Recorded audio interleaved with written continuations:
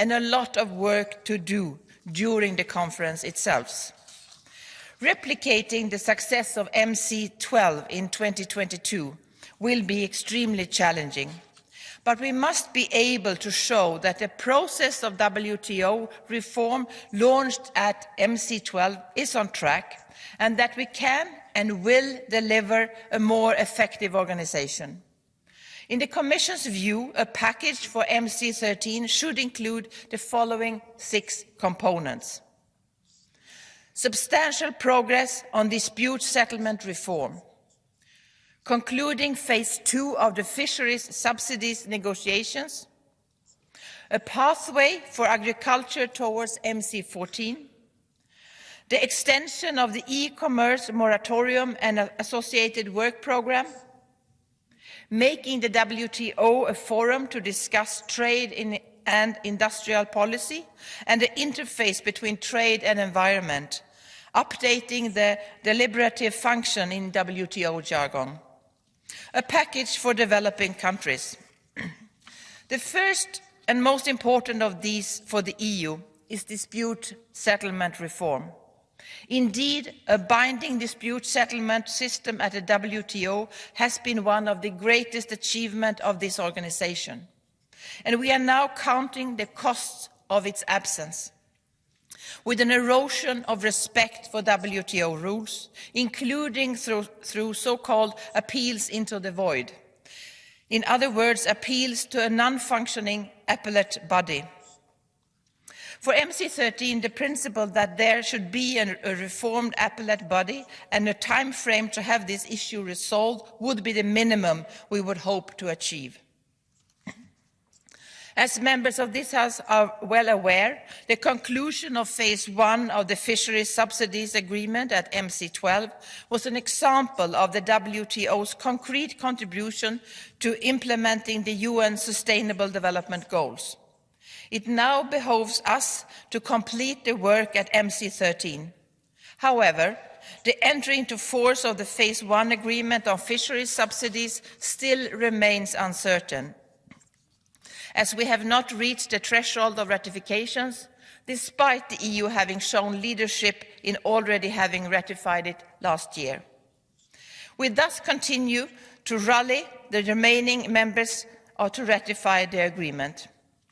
With regard to the so-called phase 2 agreement, we are working hard to conclude it by MC13. Unfortunately, divergences of members' positions have grown.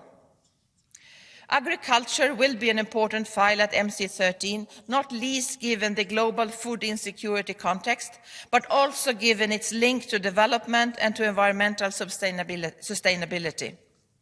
Outcomes at MC13 should on one hand address the current food security challenges, in particular for the most vulnerable WTO members, and on the other, help advance the agricultural reform towards MC14.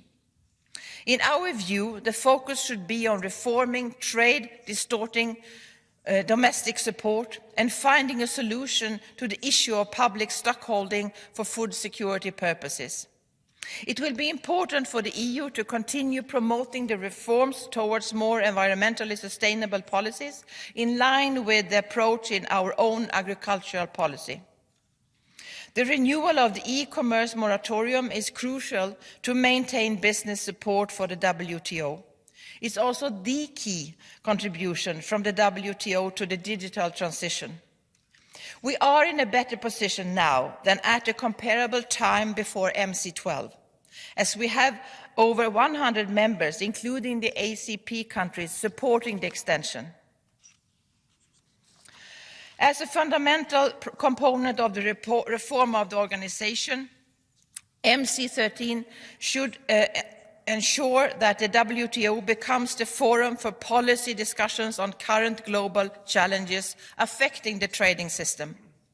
One key challenge is the growing use of industrial policies, including industrial subsidies, by governments across the world.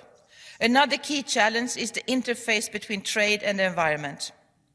At MC13, we will need to deliver a development package to unlock a broader set of outcomes on other topics. We can achieve this by mainstreaming development considerations into all aspects of the WTO agenda. The package should include a solution for the graduation of least developed countries so that they can still benefit from certain LDC advantages as they grow out of the LDC status. On a final note, I would like to highlight the conclusions of the negotiations on services, domestic regulation and investment facilitation for development. At MC13, we will most likely see a request for the integration of the investment facilitation agreement into the WTO agreement. These developments are important from the perspective of showing that the WTO can deliver negotiated outcomes. Honourable members, the complex geopolitics, divergent positions and negotiation tactics will make it challenging to reach agreements at MC13 on all the issues I have outlined here. We are sure to have several sleepless nights, as was the case at MC12. But at MC12, we managed to achieve what DG Onkoyo Iweala called the miracle on the lake. The EU is fully committed to lead the charge and to work towards a miracle on the Gulf in Abu Dhabi. Thank you. Vielen Dank, verehrte. Thank you, Commissioner. We'll now hear from MEPs. First of all, Mr. Warborn. Herr talman, fru kommissionär. President, Commissioner. First of all, I would like to thank my colleagues in other political groups for the excellent cooperation. We achieved a broad consensus in the committee on this resolution. This bodes well for strong support in plenary and a robust European voice at the upcoming ministerial conference. The resolution focuses on key areas: farming, fish subsidies, trade and climate, a permanent moratorium to avoid digital trade tariffs, and facilitating small and medium-sized enterprises in global trade. Now, I would like to focus on the overall role of the WTO. There are dark storm clouds gathering around the world. European businesses and people have been grappling with difficult economic fallout in the wake of Brexit and the COVID-19 pandemic, 2 wars, one of which is in our immediate neighbourhood. As a result, inflation has risen. We've seen increased energy prices and disruptions to supply chains. We are constantly reminded just how vulnerable our trade routes are. People are demanding security and predictability, and that must be achieved at global level. We need a functioning trade system. That is more important than ever. The World Trade Organization has been criticised and does need to be reformed. And we need to bring our European voice to bear, in particular, to put in place a dispute resolution mechanism to resolve conflicts, both existing and future conflicts. It's important that the EU plays a leading role here, pushes for a world that facilitates free trade, a rules-based free trade. The EU needs to play a leading role and counter protectionism. Bert Langeneck. Dankeschön, Herr Präsident. Schön. Thank you, President. Nice to see you in this capacity now. Commissioner, ladies and gentlemen,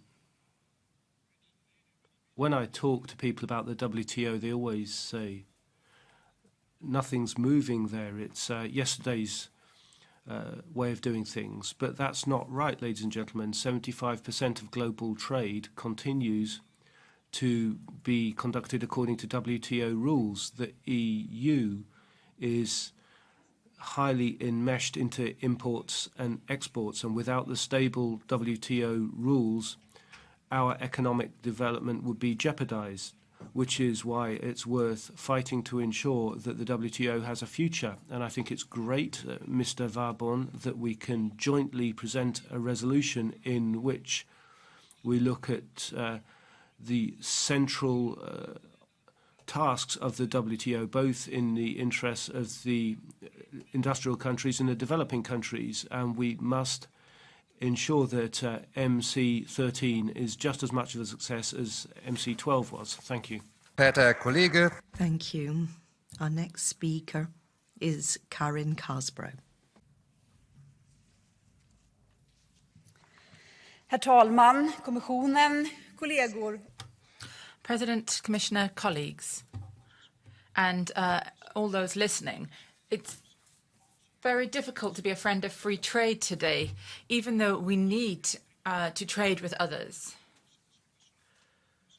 We've only signed up to 2 free trade agreements during this Parliament, Vietnam and New Zealand, and that's not enough. It's not enough to improve people's lives, and it means that we don't have important opportunities to cooperate with people and to make investments and to develop technology. And this is rather a pity. In the WTO and the ministerial meeting that will take place at the end of February, Europe needs to have a clear message. We need to have a free, open trade based on laws and principles that will ensure growth and well-being. We need a functioning WTO that can defend these principles. Therefore, the WTO must be reformed and reformed properly. They have to be able to find a way to resolve disputes within the WTO organization.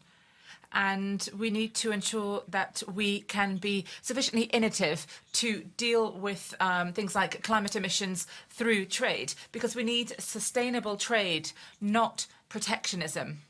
Trade has to be able to work, including digitally.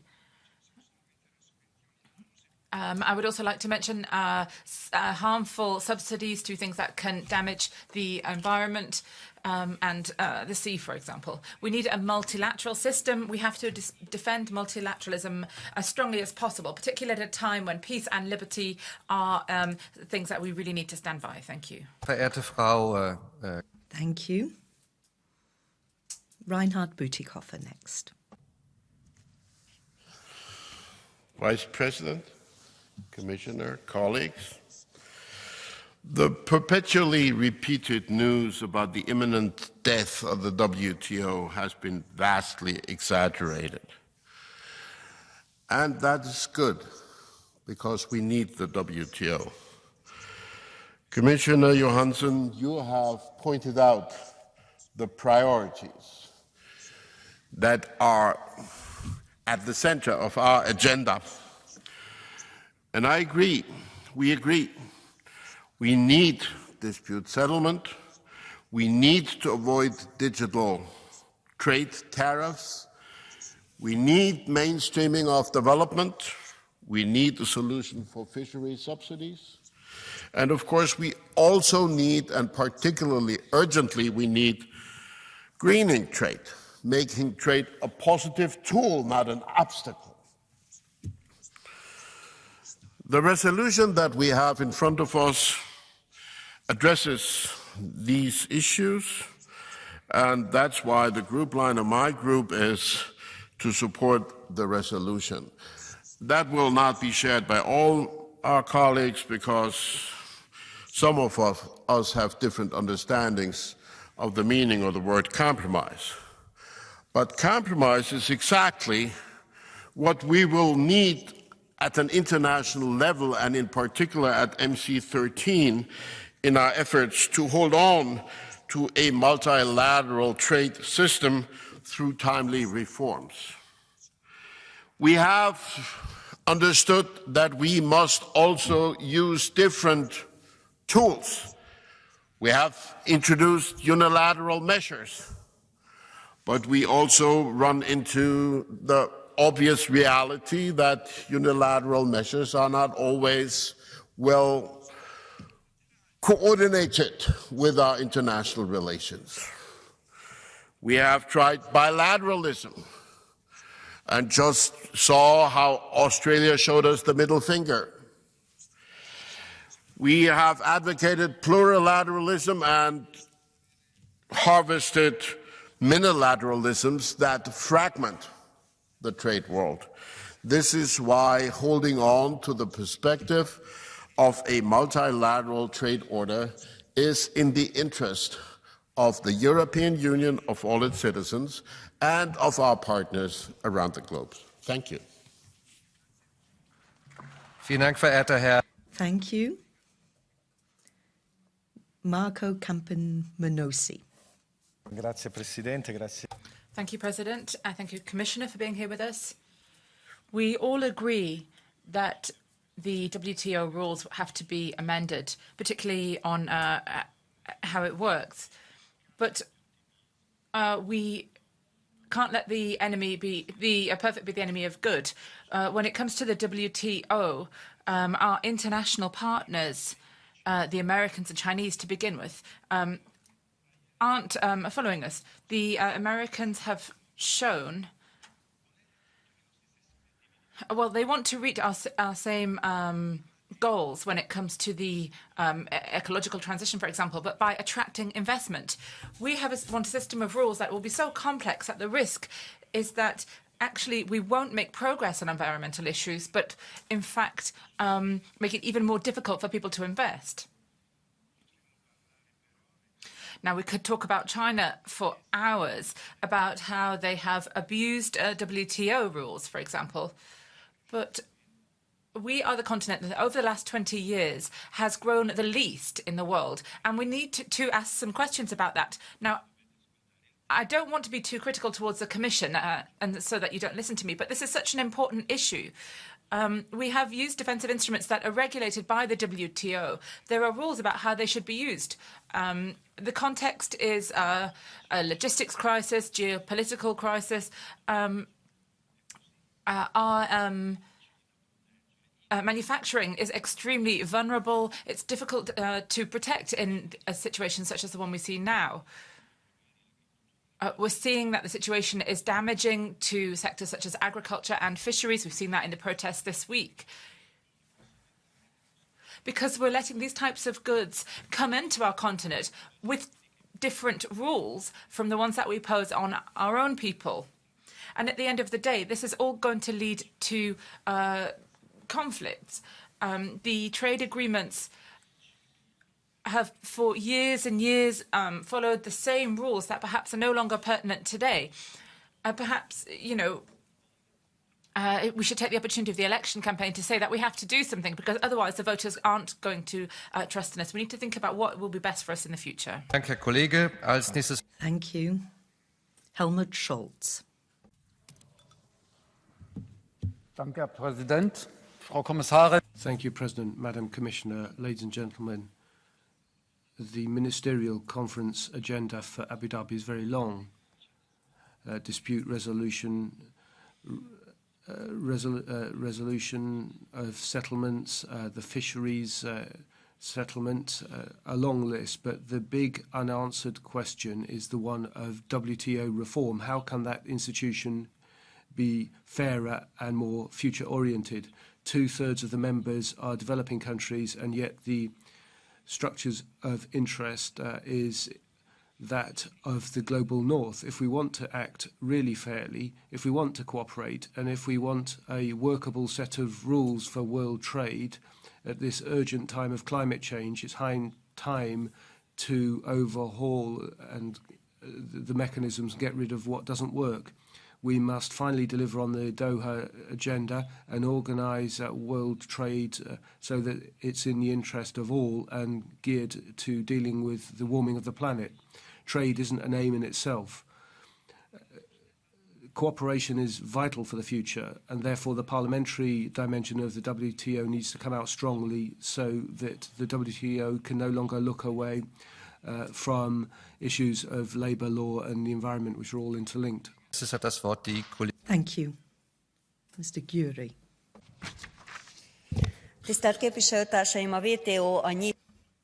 Honourable members, The WTO is a symbol for open rules-based trade. 164 countries come together to try to improve trade amongst themselves, and that is commendable, even if it is sometimes difficult.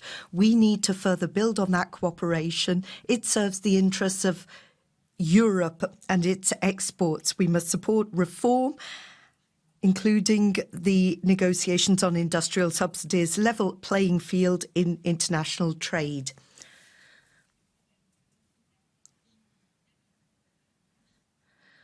I also support the conclusion of a global investment facilitation agreement. We need to move beyond ideological obstacles that hinder free trade. I call on the Commission to bear that in mind in talks. We need an impact assessment for any proposals, and we need to respect the competence of member states. I would ask the Commission to be more proactive, smarter and business-friendly in its trade policy in future. The Commission should not leave difficult issues to the end of the cycle. The Commission has not made the most of all the opportunities available to it. Thank you. Gabriel Mato. Gracias, Presidente. Thank you, President. Commissioner, we all agree that we need to have some kind of reform to the WTO to make it much more functional. To do this, we have to ensure that the dispute resolution body is fully functional and effective. A clear example of how this body is dysfunctional is the dispute between the US and Spain. In 2021, the WTO spoke out in favour of Spain, but the US didn't change its behaviour and has caused serious damage to the Spanish sector in question. This issue is still pending in the WTO. It should be playing a key role. Another important topic that we have to keep in mind for the next ministerial conference are fishery subsidies. We have to protect and defend sustainable subsidies for EU operators in light of EU legislation, particularly when it comes to sustainable fisheries association agreements and ACP countries, and that these agreements should not be considered subsidies to the EU fleet. These are the most transparent, mutually beneficial fisheries agreements in the world. They are positive and they are profitable both for the EU fleets and consumers and third countries, and ensure proper management of fishing resources. We can't allow the EU fleet to be substituted by other fleets in their waters which don't pay any mind to sustainability or the environment. Thank you.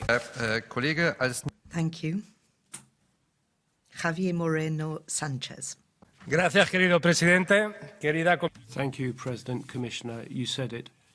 Jürgen said it. Bernd said it. In the geopolitical context, in such turmoil and complexity, more than ever, we need to strengthen multilateralism in international organizations, including the WTO. Many thought it was dead, but over years it's coped successfully with the two crises of the pandemic and Putin's invasion of Ukraine. Also, it facilitated access to vaccines by working on patents and also on food safety and security. So it has a key role as well in things like agreements on fisheries subsidies. But now it's time to conduct the looming institutional overhaul. The decision-making system and binding dispute resolutions need to come in. There needs to be support for sustainable trade, taking into account gender and the needs of developing countries, particularly the most vulnerable ones, completing the Doha agenda. Lastly, we can't avoid a genuine parliamentary dimension, and there's a lot of work on our plate as a result. Thank you. Thank you. Svenja Hahn. Liebe Kollegen, Honourable members, it is clear that here in the European Parliament we support a future-proof WTO. That is a key signal. We see a world of weapons and economic reliance, and it is important more than ever that we have a multilateral world order. This is more difficult than ever. It has in the past been the cornerstone of the global economy, but we see geopolitical tensions, protectionism, trade wars. The solutions need to be hammered out in the WTO, but this has taken years. China continues to maintain its developing country. The US is hobbling the appellate body by not appointing judges.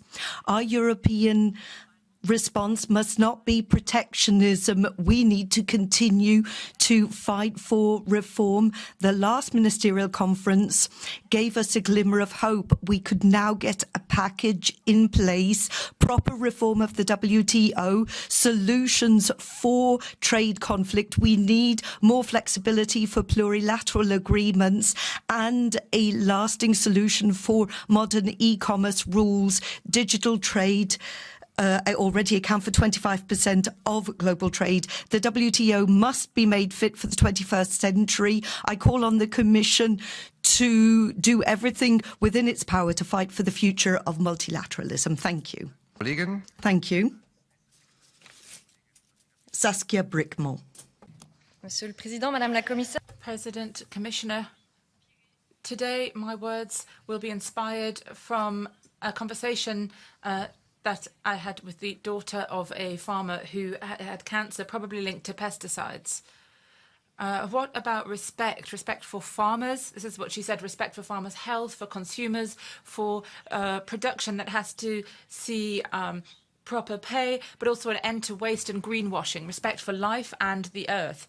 Farmers have come to remind us that this respect can only occur if we respect the roles of trade at the WTO. Otherwise, we'll have unbridled trade that will lead to competition between the North and the South. Free trade that doesn't respect consumers or farmers or health or the environment.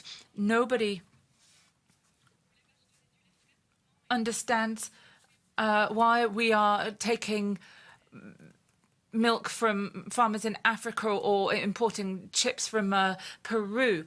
We have to understand importing beef and chicken and sugar when we produce so much here that we then export. Why are we doing this? The Green Deal is subject to politicians, and yet the world has seen 1.5 degrees increase. We have to ensure that in order for the Green Deal is not a new tool of neocolonialism, it becomes a global tool that will help to feed people, to be a driver of free trade and sustainable trade. The Belgian presidency has to mark a turning point here. You have to take a clear position to put an end to negotiations with Mercosur, who want to see free trade, but regardless of any commitments that may have been taken. Thank you. Wort der Kollegin. Thank you. Ms. Conte. Sovvenzioni alla pesca. Fisheries subsidies, that's what the last WTO conference focused on. These are noble intentions, especially when it comes to combating IUU fishing, where we all agree we should be using an iron fist. But there's a great spectre looming on the horizon, namely the end of tax relief on fuel for fishing vessels. For many years, our fishermen have lived with this sword of Damocles and the threat that there'll be a reversion to fuel taxes. If the Marrakesh Agreement is ratified by 2/3 of members, we'll have no choice but to invoke Article 4.3, demonstrating that subsidies or other measures like a MEP or GFCM recommendations are there to replenish stock levels. We need Europe's support for this, which has turned its gaze the other way for the time being. That's why in Abu Dhabi we can't afford to allow tax breaks on fuel to be regarded as harmful subsidies. Fisheries must live to be able to contribute to European food security. Frau Kollegin, als nächstes gebe ich das Wort der Kollegin van Bremt. Thank you. And now Mrs. van Bremt. Dank u wel, voorzitter, mevrouw de commissaris. Thank you, President, Commissioner. The World Trade Organization, as we know, like many other multilateral organizations, is not in the best of health. We did manage to conclude a successful MC12, but one swallow does not a spring make. We don't yet have the WTO in the right place. We need internal reforms of the system. We need fundamental overhaul of the system. Couple of examples. We need to listen to the voices of developing countries in the WTO. We saw this during the pandemic, the whole debate around trips. That did not reflect well on us, and we need to change that. And the second fundamental reform required is that link between climate and trade, not just paying lip service to it here and there. We need a root and branch overhaul of the World Trade Organization to ensure that we pay proper attention to climate and make it a top priority. Thank you. Kollegin, als nächstes gebe ich das Wort. Thank you. And now, Mr. Mauri Pekkarinen. Arvoisa puhemies. President, even though not everything is on the agenda, but then I was hoping that Commissioner would say something about state subsidies. It is such a topical issue. I was expecting this because in our single market in the EU, we have agreed on billions of euros of exceptions in subsidies, and this is eroding the fair single market. It's easy to say that that's what the USA and China are doing. It would be a big mistake, however, if within the WTO it would be generalized that you would manipulate with subsidies the competition, that with market-based industry being changed into state-led industry, like in the socialist system. There they tried it with poor results, as we well know. I understand that also in the EU we need de minimis cohesion support, that is quite right, but especially in the EU we should invest in research, innovation and breakthrough technologies. These subsidies should be allowed and they are fair and everybody will benefit from that. The success is brought about if we allow competitive parties to win. If state chooses the winners with the subsidies, there will be no good results. State subsidies are all making a mess, and this is not forwarding international trade. And I hope that also in the EU we acknowledge market economy a better starting point than competing with state subsidies. Thank you. Thank you. And the next speaker is Mr. Benoit Biteau. Monsieur le Président, President, Commissioner, the war started by Vladimir Putin 2 years ago has caused hundreds of thousands of deaths. The consequences go beyond the conflict zone. Agricultural neoliberal WTO policies that have been in place since the 1990s are a failure. They have not allowed us to reduce the number of people who are suffering from hunger around the world. The promise of food security based on globalized trade and agricultural products that are dominated by multinationals doesn't work. Let's be brave enough to admit this. The European Union has increased the number of bilateral trade agreements, has undermined the multilateral system that it helped to put in place. I'm not against trade, but I think that the WTO is reaching the end of its days. We want to ensure food security for Europe, as Via Campesina has suggested for years now. We have to allow and help other regions of the world to do the same if they wish. Europe has to come with an alternative solution to have global trade based not on competition but solidarity and respect for human rights and the environment. Thank you. Vielen Dank, verehrter Herr Kollege. Thank you, colleague. We have no catch the eye speeches, so I give the floor to wind up the debate to the Commissioner, Mrs. Ylva Johansson.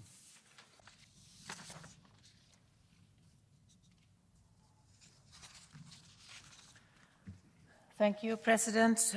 Honourable members. This has been a very interesting debate, and I have listened very carefully to your intervention. Very relevant interventions. The European Union will play a leadership role in the run-up to MC13 and during the conference itself. We will deploy every effort at technical and political level to make MC13 a success, despite the risk of messy and unpredictable negotiations in Abu Dhabi.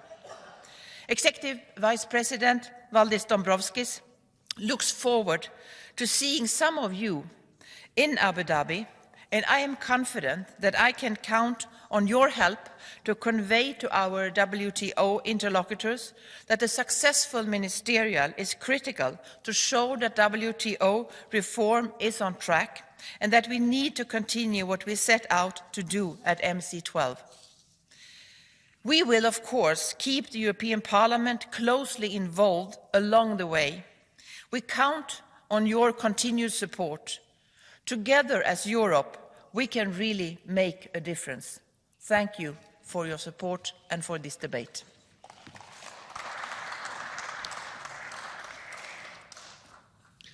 Ganz herzlichen Dank, Frau Kommissarin. Thank you very much, Madam Commissioner. A motion for a resolution has been tabled, which colleagues have already mentioned, and that will be put to the vote today. The debate on this agenda item is thereby closed. Thank you.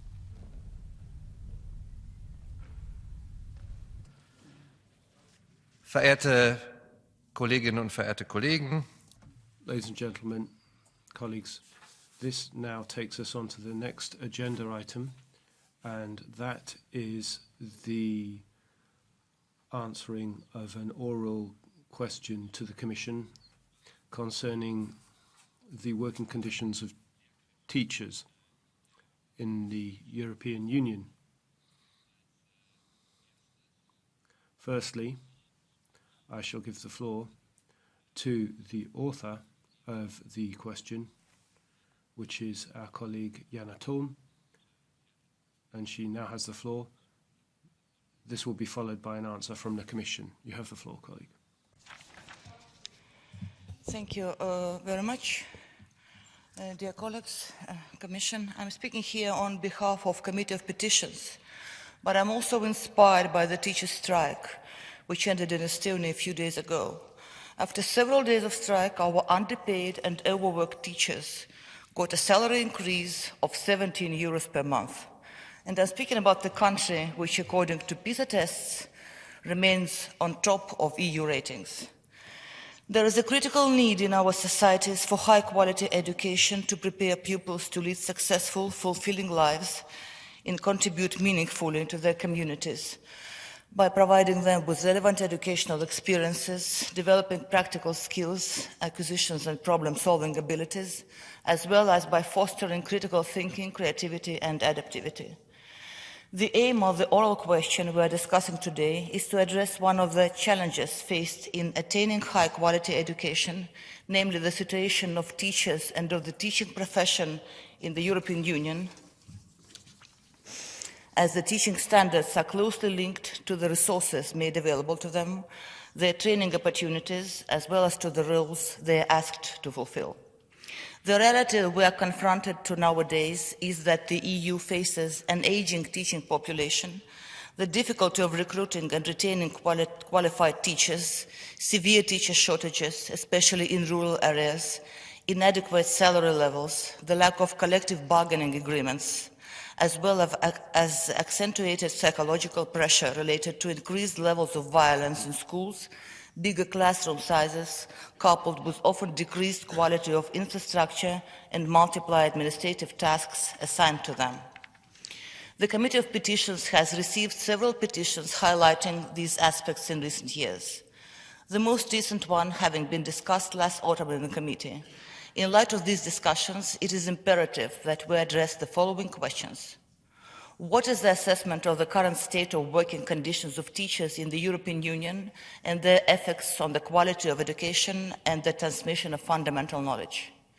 Which are the instruments the Commission makes available to Member States to assist them implement relevant improvements in school education systems, considering the evolving demands of the labour market and correlated education needs, and necessity of continuous professional development and upskilling, as well as the importance of infrastructure investments? Which are the strategies the Commission foresees for levelling up the prestige and attractiveness of the teaching profession, including in rural, outmost and depopulated areas, to fight against negative demographic trends?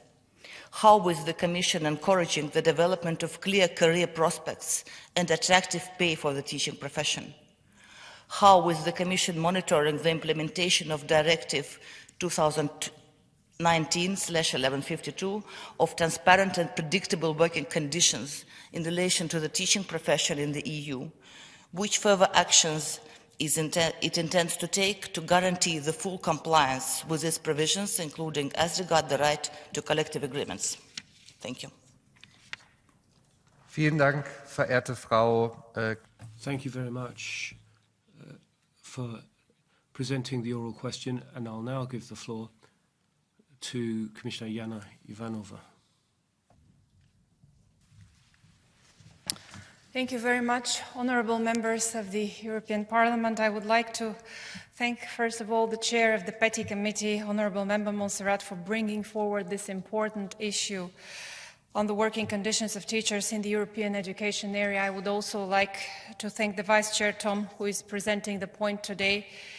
Teacher shortages are a serious cause of concern, which is shared by us all. This is also confirmed by the recent PISA results. Even not one member state managed to improve their performance in basic skills. And if we are to contribute to a solution to this challenge, which is so important for our competitiveness, teachers are a fundamental part of the answer. That is why the Commission continues to strongly support the efforts of the member states to tackle these complex challenges. And it is also one of the key priorities for me during this mandate. We have already dedicated several reports and studies assessing the situation of teachers in all EU member states. We have also developed a brand new indicators dashboard. This interactive online tool provides comparative information supporting member states' decisions regarding the teaching profession. The Commission also uses all policy and funding instruments at its disposal to support member states in improving their school education systems and in training and preparing teachers to meet their professional challenges. For example, the European Education Area Strategic Framework offers a forum for discussion and collaboration through its working groups composed of experts nominated by the member states and key stakeholders. These working groups have fed into several of our policy initiatives, and we can see some of this work in the many Council recommendations that underline the key role of school leaders, teachers, and other educational staff. We also, of course, support member states through funding. Both the European Social Fund and the Recovery and Resilience Facility invest in measures, reforms, and investments supporting education, training, and skills at all levels, including in the teaching profession. And of course, our flagship education program, Erasmus+, supports member states by providing professional development opportunities to teachers. And then there are also the new Erasmus+ teacher academies. They aim to equip teachers in dealing with common challenges from inclusion and equity to digital education or sustainable development. 27 teacher academies projects have been initiated, exceeding the initial goal of having 25 teacher academies by 2025. And given the interest, a new call has just been launched for 15 additional projects in 2024. Yet, in addition to resources and investment, recognition is also a fundamental part of our strategy. Besides this being reflected in many Council conclusions and recommendations, we have also launched the innovative European Teaching Award 2021 to give credit to teachers for their work and to identify and promote outstanding teaching and learning practices developed through collaboration between schools within the Erasmus+ program. Last but not least, the Commission is taking careful note of the coverage of the teaching profession when checking the transposition and implementation of the existing legal instruments related to working conditions and fixed-term work, including infringements addressed to a few member states. Now, I'm really looking forward to hearing your views. Thank you very much. Ganz herzlichen Dank, verehrte Frau Kommissarin. Thank you very much, Commissioner. And to start the debate, I'll give the floor to Mr. Duda first. Szanowna Pani Komisarz. Commissioner, President, dear colleagues, I am very happy to be here today because my entire career started when I became a teacher. I know how responsible a job it is. The voice of teachers should be heard here in the European Parliament. They should have adequate working conditions. That is a very important topic in my country as well right now. Now, the government wants to restore respect, decent pay, and career prospects for that group. As parents, we expect teachers to shape the future of our children. We expect them to inspire them, to support them. However, do we appreciate them enough? We have a lot of bureaucratic burdens. Can they really focus on what is most important in their job? It is time to restore respect for that profession. It is time to treat it as a key investment in our economy, in the development of social Europe. Europe is facing a mental health crisis which hit children and youth, as well as bullying and cyber threats. We cannot leave children and teachers alone with that problem. That is why I call upon all of you to support the professional development of teachers so that they have the skills, the tools, and the knowledge that are necessary to carry out an early diagnosis and to take action. It is necessary to create interdisciplinary support systems, including experts who are able to help students in crisis and to support the teachers so that they don't feel helpless and so that they don't face the risk of burnout when they work as teachers. Thank you. Herr Kollege. Thank you, Mr. Duda. The next speaker is Mrs. Maestre Martín de Almagro. Gracias, President. Thank you, President. Thank you, Commissioner, and welcome. Teachers are the people who support our children in our day-to-day lives, our future adults who need to be cared for. As we've heard in the Petitions Committee, and we've passed on the complaints, and the Eurydice report makes this clear as well. We have talked about temporary contracts. We need to see more permanent contracts. Teaching should be a stable job, but for those under the age of 35, we're seeing some rather alarming figures. 1 in 3 teachers under the age of 25 has a temporary contract. There is general dissatisfaction about wages. A lot of teachers say that they have an excessive workload, because on top of teaching, they also have administrative duties, talking to parents and so forth. This leads to a massive increase in stress. Over 40% of teachers say that they have high levels of stress. This is something else that we have to look at. Also, digital technologies is a significant challenge as well.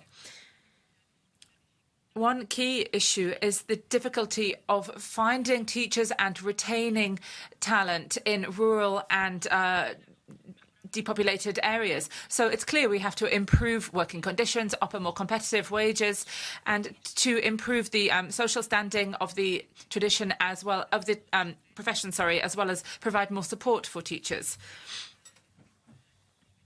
In October 2023, we celebrated the European education area, and so we have to ensure that the Commission can do more to try to improve the working conditions for our teachers. Thank you very much. Vielen Dank, Frau Kollegin. Thank you, Madam. Vlad Georgi is next.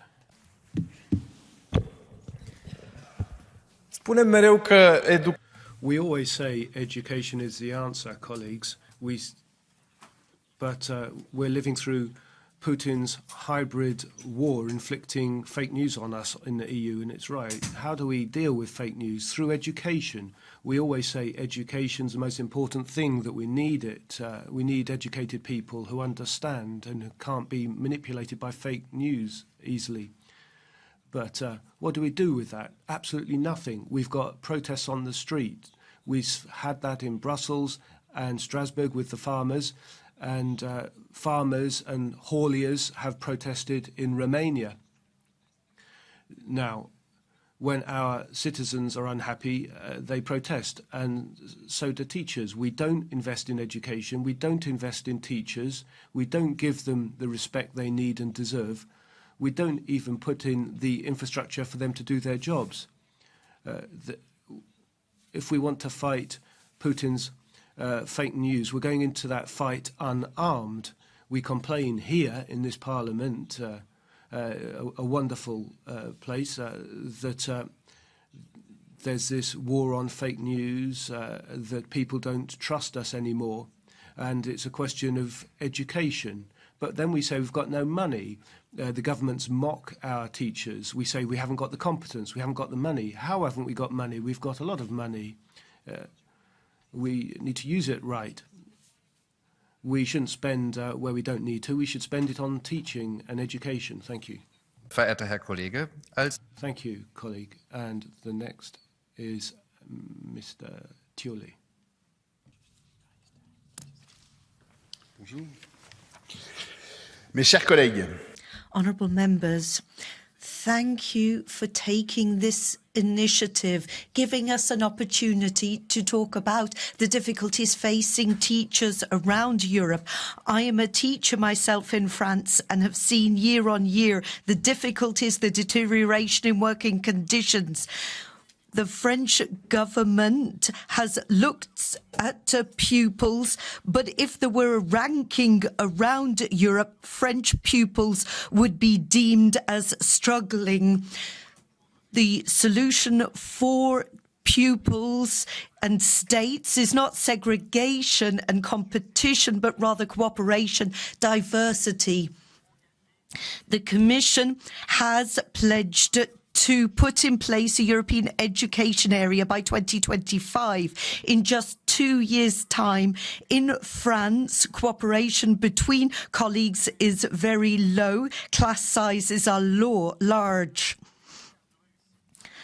There are divergences, different outcomes depending on socioeconomic background. We need to ensure that we have the wherewithal to reach ambitious goals on education. The countries that have made most progress here in recent years, such as Portugal, have invested heavily in education, and that should be supported by the European Union. We need to ensure that teachers around Europe can pool ideas, share best practice, cooperate in the best interests of our pupils so that all can flourish and that we have a true Europe of education. Thank you. Verehrte Kollegen, als nächstes hat das Wort der... Thank you. Christian Teresh is the next speaker.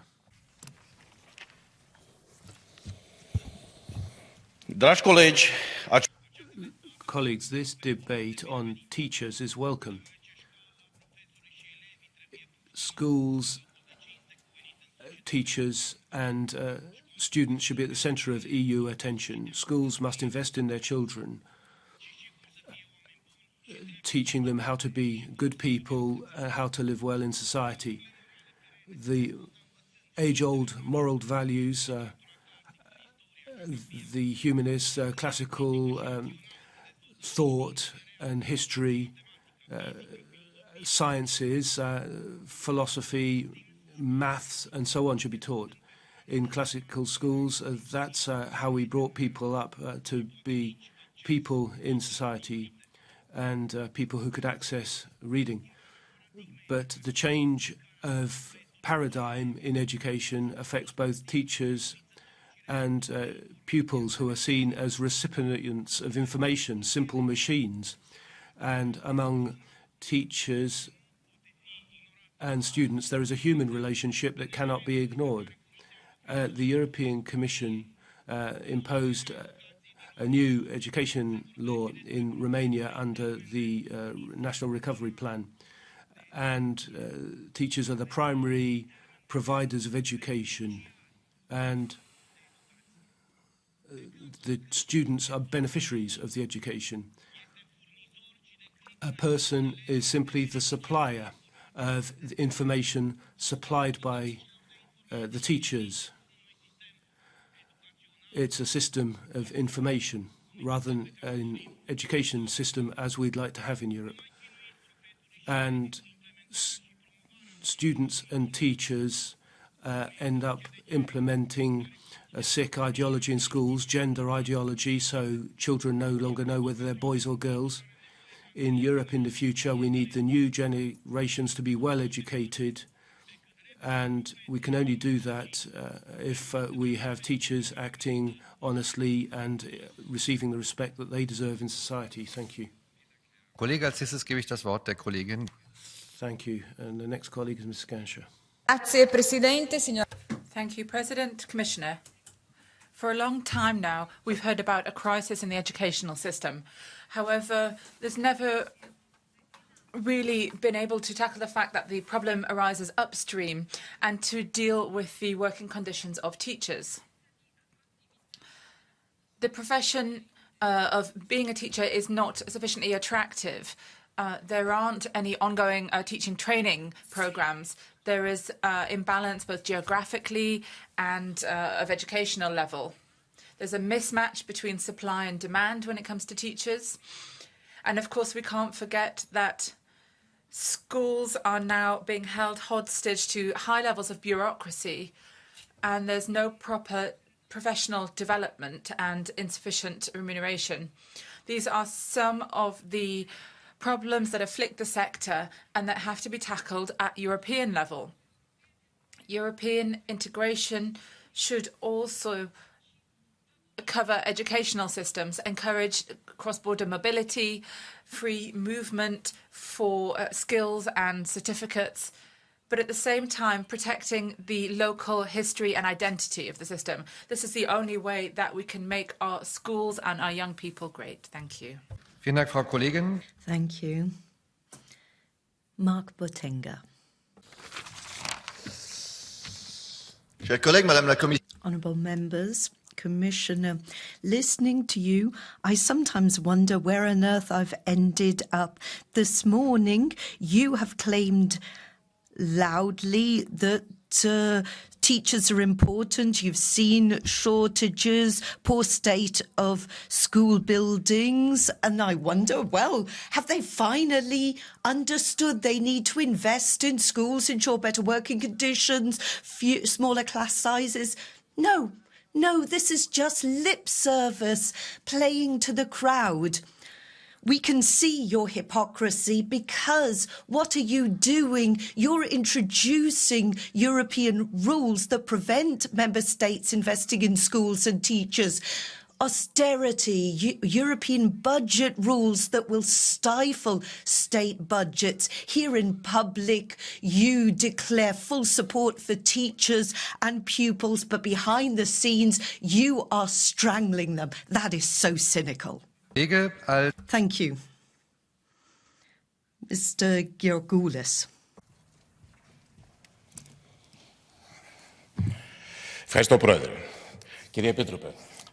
Thank you very much, President, Commissioner, ladies and gentlemen. There's no doubt that we all recognise the importance of education for the future and cohesion of our societies, but unfortunately we see in Europe that there is a serious shortcoming here. Teachers are getting older and older. IT has changed, and that's changed the way education happens. My country, not the only one in Europe, is facing a lack of teachers at a dangerous level. Every year there are vacant temporary or permanent posts unfilled by teachers who are stuck financially and professionally, and we need to see education as vital to society. We need to attribute it its proper value, support it, and continue to train and develop our teachers so teaching is an attractive profession. Thank you. Mr. Kimperopoulos.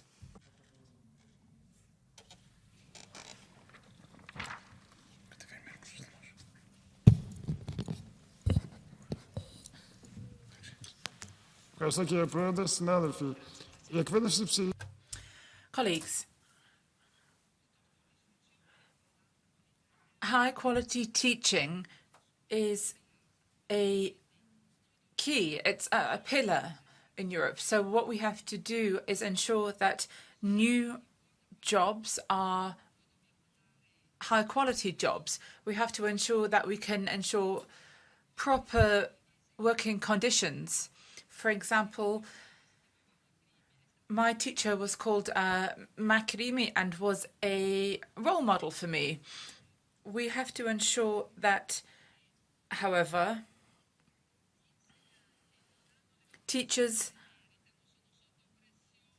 well, we have to admit that teachers don't enjoy the conditions they deserve. They are under a great deal of pressure, of stress, and there's a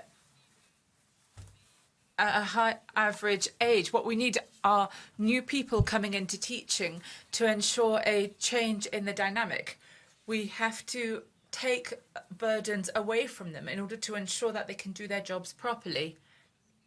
We have to do everything that we have the power to in order to make this profession attractive to future generations, including proper pay and the proper opportunities for professional development.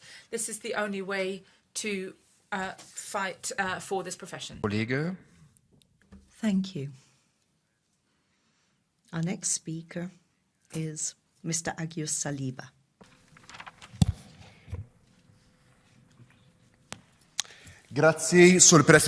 Thank you, President. The role of teachers is one, to inspire, to motivate, to encourage, to educate and shape the future of our children. Teachers are essential in our societies. It is a fact that no one can deny, that we may have no progress or future without high-quality education or motivated teachers. Notwithstanding their importance, there are huge shortages in terms of teachers. They have poor working conditions and low pay. There aren't enough incentives to pursue this career path or this vocation. This poses a threat to our education system's sustainability, and this has a knock-on effect, a direct effect, in fact, on our students, societies, and economies. Therefore, we should prioritize quality jobs and decent working conditions, decent wages, work security, and access to social protection, safe and healthy workplaces, and, above all, for teachers, a good work-life balance. Throughout the pandemic, teachers also had to face new realities, digital challenges, and new working realities. As such, these teachers changed the way they worked. They had no training, and they often had no digital tools either. As such, the European Commission must deliver and provide help to member states to ensure decent working conditions, professional training, and social protection to all teachers throughout the European Union. Thank you very much. Vielen Dank, Herr Kollege. Je donne la... Thank you. Now, Laurence Farong. President, Commissioner, honourable members, a sovereign Europe, an innovative, inspired Europe needs sharp-minded, educated children. The role played by teachers is crucial. We need to better acknowledge that role, better work with them. We are facing a crisis, a shortage of teachers across Europe. To tackle this problem, we need to properly train and pay and support teachers. Now, teaching is part of national competence, but we can cooperate at European level. For some years, we've been talking about a European education area, common standards for education. Let's get moving on that. We want digitalisation for all schools, even remote schools. At European level, we need to look at guidelines for new opportunities open to teachers. A teachers' academy, for example, under Erasmus+. Let's tap into best practice in different countries around Europe. Let's draw inspiration from one another. This is an obligation, not a matter of choice. Thank you. Thank you. Our next speaker is Mr. Rouget. Monsieur le Président, chers collègues. President, colleagues, how far will you go in your march towards federalism? After the Migration Pact, the Verhofstadt report, now we have the Verheyen report that is trying to criticise and revise history. The European Union is asking for repentance in the darkest hours of Europe, but Europe wasn't built on crimes. It's the history of artistic masterpieces, of diplomacy that was key in the international order. If we're to teach history to young people, we should teach the genius of Dante, Goethe and Voltaire. We need, rather than teaching this, you prefer self-flagellation and teaching moral conscience to people. Young people will never accept that being taught that their ancestors were good for nothing. Als nächstes hat das Wort die Thank you. Ms. Matias. Obrigada, Presidente. Quando chegam ao Parlamento Europeu... Thank you. We in the European Parliament, in the Petitions Committee, heard from teachers. They said that their rights are not being respected, they're not being properly paid. So something has gone wrong in the EU. The right to education is a fundamental right to ensure equal treatment for all.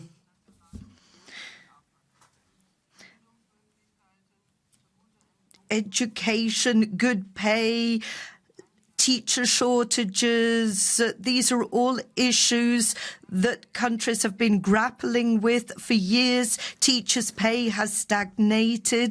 We need to see real change here. Teachers cannot afford to make ends meet. Contracts are not being respected. Teachers are raising their voices. We need to give them an answer, and member states need to honour their commitments. Thank you, Mr. Danzi. Commissario, colleghi.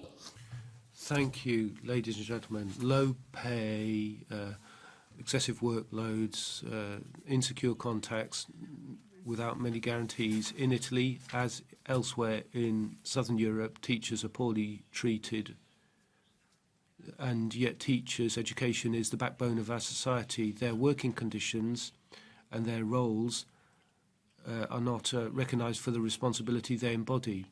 In Italy, in the first school of recruitment, teachers are far from home and have to pay unaffordable rent or extremely expensive travel because of the way they're assigned. And the lack of educational continuity that results from that is that we have problems in reconciling labour rights, and that the best work we can do for the future would be to take that into account, and we shall be tabling a question to the Commission. Thank you, Ms. Danzi. Our next speaker is Mr. Adamov. Уважаеми колеги, госпожо комисар, качественото образование. Ladies and gentlemen, quality education is key to prosperous, sustainable and inclusive societies. Our future, and for that matter the future of the EU, hinges on teachers and education.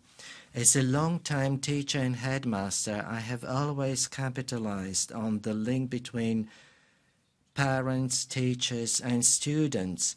But to that end, teachers in the EU must have optimal conditions to work and flourish.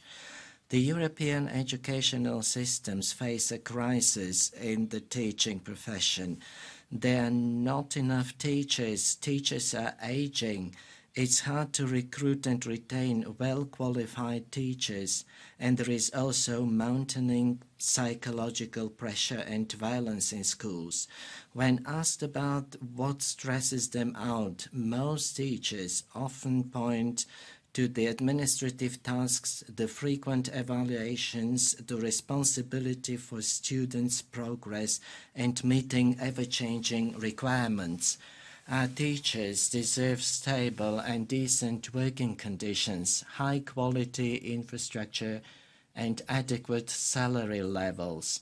It is vitally important that the Commission and the Member States work on strategies for beefing up the image and the attractiveness of the teaching profession, also in the outermost and depopulated regions, in order to fight the negative demographic trends and to keep talents in those regions. Thank you, Mr. Smirillo. President, Commissioner, teachers represent the centre of a school. They teach, they educate, they pass on knowledge and culture to young people. The school is the beating heart of democracy. It represents curiosity and diversity. If you invest in schools, you invest in democratic participation. In recent years, teachers have been asked to take on more difficult children and to take on the psychosocial impact of the pandemic on our teenagers. Teachers have to adapt to new, often experimental teaching methods, which ensure greater responsibility for them on a day-to-day basis. And as we see in the news, violence and acts of vandalism are growing. On top of that increased workload, we are not seeing an increase in wages or the resources available to them. Some actions to support teachers have been implemented thanks to Erasmus+, but without the adequate budget, it's very difficult to see how these actions will produce any tangible results. If we want to see a fairer society, then we have to invest in schools. The place in where people can find their vocation, where they can find their place in the world, and they can work together with others. Thank you. Merci, cher collègue. Je donne... Thank you. Salima Yenbu now.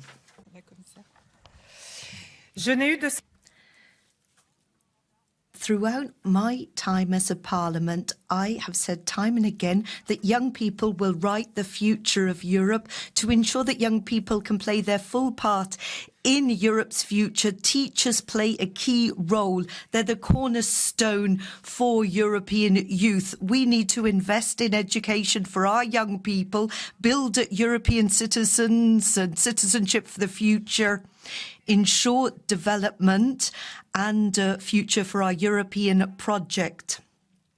Teachers are the building blocks for our Europe, for our future. But words are not enough. We need tangible action. We need to properly recognise teachers' place in society, ensure that they have the resources to carry out this key task in the interests of young people's future. They are often undervalued. Their working conditions continue to deteriorate. Despite these obstacles, teachers remain committed, as we saw through their exemplary dedication during the pandemic, the creativity they showed. We need massive investment in education of young people so that finally teachers can fulfill their task in dignified working conditions. And this is a teacher speaking to you here today. Thank you. Thank you. I'll now give the floor to Gemma. Presidente, Commissario. President, Commissioner, ladies and gentlemen, I think we're ever more aware that the future of the EU is intimately linked to the type of education we can give our young people. The commitment to implementing a European area of high quality, fair and inclusive education is part of that. The goal is necessary and one we can agree with, but we need to make the teaching profession more attractive. We need to look at pay. We need to return the social prestige that they've now lost. And as well as this professional support, we need to help them cope with the many challenges that face them in school life. Support teachers deserve particular attention, and they need increasingly high caliber professional training courses to help them cope with students with disabilities. There needs to be a contractual continuity, and the needs of students with disabilities need to put first. In the absence of specialised support teachers, these young people rely on substitutes who often don't have the necessary skills. And this is based on exemptions that are applied year after year. There needs to be better quality, better trained support staff. And we also see that some young people in this category face continuing changes of teachers through their school career. They need more stability. And 59% of pupils in primary schools suffer from this instability. They need the right to teaching continuity. Thank you. Thank you. Ms. Doshi. Aujourd'hui, le 8 février 2024. Today, the 8th of February 2024, we're talking about the teaching professions, working conditions in the EU. We should have had that debate a long time ago when Samuel Paty died on the 16th of October 2020, decapitated by an Islamist terrorist for having shown two caricatures of Mohammed in Charlie Hebdo in a philosophy lesson. And the school should be a sanctuary of knowledge, but unfortunately this was the last time he attended. On the 13th of October, a French professor, a teacher, was also stabbed by an Islamist terrorist for having tried to convey their knowledge. Today, teachers have to work with an Islamist threat above their heads. Islamism rejects science, humanist values, and the values of France. Many teachers self-censure today because they're feared of reprisals, fearful of dying if they do their jobs. We need to look at the EU's migration policies, which are directly responsible for this. They preach the opening of borders without checks. Schluss, Frau Kollegin. Please conclude. Das Wort hat jetzt die Kollegin Konečná. Ms. Konečná. Děkuji paní komisařce za odpověď na tuto důležitou. Thank you, Commissioner. Thank you for answering this important question. I would like to refer to the state of affairs in the Czech Republic. Teachers struggle. They have low salaries. The government ahead of the elections promised 150% of the average salary for teachers, but that promise was binned after the elections. Teachers struggle with high inflation, very little to make ends meet, and non-teaching staff, cooks, cleaners, janitors, don't have any pay rise at all. Minister Beck has decided, strangely, to cap the number of teachers, and that threatens the quality of teaching. Despite strikes, the Prime Minister has said that there are no reasons to justify these strikes. I would like to see this situation addressed for once and for all. Education of our children is part of our future. It's very important. Thank you. Mr. Tarabella. Aujourd'hui, être enseignant, c'est la galère. Today, teaching is chaotic. The teaching population are ageing, and there aren't sufficient recruits. Some teachers pay with their lives to enjoy the right to teach. We've seen an increase in burnout and other psychological pressures which are unbearable. And these have become commonplace. Infrastructure often inadequate, too many people in the classes, and the teachers as a symbol of authority are increasingly shown disrespect. There aren't sufficient budgets that are made available for this. And so investing in teaching has to be an absolute priority, because what it means is investing in our children, who inheritance is going to be an environmental crisis as well as a geopolitical, economic and social crisis. So we have to invest in education in order to ensure that they all have an opportunity to find solutions to crises that they didn't cause. Das Wort. Thank you. Mr. Kelly.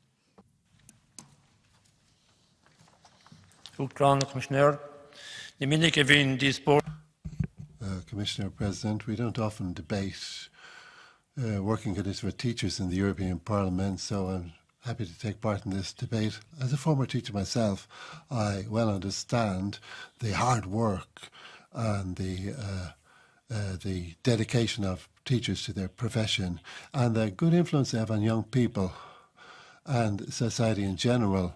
And a lot of teachers do great voluntary work, not only in the school itself, but outside the school and in the community in general, especially in my own country, in the Gaelic Athletic Association and in sport in general. At the same time, there's a shortage of teachers. And we should focus on this. We should try to attract people into the profession, to teach, by giving long-term contracts to young teachers instead of these annual contracts. Also, a lot of young teachers go abroad teaching, and we should recognize that experience and those years they spend abroad when they come back home by giving them higher pay. I have great respect for teachers. I understand their case. We have to support them in terms of their working conditions. Long live teachers. Thank you. Vielen Dank, verehrter Herr Kollege. Thank you. Ms. Jongerius now. Dank u, voorzitter. Thank you, President, Commissioner. Allow me to say here that I welcome teachers in the public gallery. It is a lovely and appropriate visit. Let me begin by saying the following. Let no one claim that teaching is not an adventurous profession. And that was a quote from someone in Amsterdam at the turn of the century. I think everyone needs to read Theo Towson here. Teachers shape the future. Teaching is a vocation. But teachers face ever more obstacles. Teachers face so many restrictions, administrative burden, too many managers, administrators, stifling the autonomy of teachers. They end up spending far less time than they would like on actual teaching. They also have to deal with fixed-term contracts, low pay, and increased class sizes. So please respect teachers, pay them the respect that they are due. Thank you. Kollegin. Thank you. Monica Semedo. Thank you, President. Dear Commissioner, you stated that some teachers or many teachers have difficulties transferring basic knowledge. In my experience, some teachers do more than transferring basic knowledge. In my third grade, I had a teacher who made me write essays all the time. I found it a bit annoying back then, but nowadays I am thankful to Mrs. Kroes because I became a journalist before becoming a politician. And that's why each pupil deserves a teacher that has the will, the vocation, and the time to identify and foster one's potential. A teacher can be a guide, a mentor, an inspiration, and even a role model. Teachers with better working conditions, for example, who do not face overcrowded classrooms, can afford dedicating more time to their students. And this is the quality education we all call for. Therefore, member states must invest in their education systems to guarantee better working conditions for teachers and realize smaller classrooms. And on a final note, we must guarantee equal access to quality education for all. We must avoid students being segregated and zero tolerance for discrimination related to origin, condition, disability, or socioeconomic background. Investing in teachers, investing in education is investing in the citizens of tomorrow. Thank you. Vielen Dank, verehrte Frau Kollegin. Thank you. And now I give the floor to Ms. Conte. Reggenze supplenze in People desperately awaiting a full-term contract. All too often, this is the fate of teachers who 2024 still have to deal with fixed-term contracts, poor salaries, too much burnout, and This risks have an impact on their students. And of course, there is an understandable crisis of vocation amongst young people. We don't have enough teachers and leaders. The staff are aging. It's difficulty to ensure proper quality education for our children. We have to find solutions. And my region, Il Veneto, has asked at autonomy to be able to deal with the staff crisis in a rapid and efficient way. This is how EU member states could also support teachers to ensure high quality systems through specific high quality training. They have an increasing need for specialist skills. Rita Levi-Montalcini said the choices a young person makes depend on their natural inclinations, but also on having the fortune to meet a great teacher. We have to ensure great teachers for the future of our young people, and to do that we have to train the trainers. Ďakujem a teraz poprosím kolegyňu Ponsati o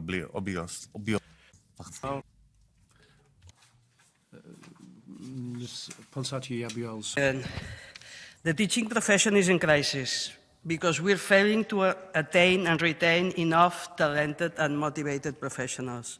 In my country, in the 80s, we set up a language immersion model to normalize Catalan after years of persecution under Franco's dictatorship. This very ambitious project attracted thousands of bright young graduates, especially women, that were the bedrock of our schools for 3 decades.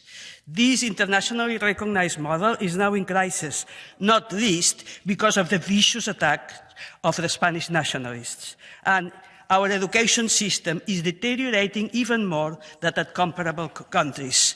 Those great teachers, the founding mothers of Catalan schools, have retired now. And now when the job is the most challenging, the new generation does not have the qualifications or the incentives to become, as their predecessors, the backbone of our society. My prescription to governments everywhere is to tackle the education crisis with the same that for the Catalan government. Be ambitious, be courageous, demand more of your teachers, train them properly, give them more in return, more pay, more respect. Talented people will follow. Thank you very much. Ďakujem a teraz poprosím kolegyňu Šojdrovú. Nech sa páči. Thank you, Mrs. Šojdrova. Děkuji, vážený pane místopředsedo, vážená... Thank you. President, Commissioner, honourable members. Teachers play a key role in schools. They help children establish a good relationship to schools, education and life in general. Mr. Comenius, a well-known teacher, said that schools are the cradle of humanity. And that is true now as it was 300 years ago. However, teachers nowadays are struggling with a greater workload. Society has changed and we need to properly motivate teachers, ensure proper pay.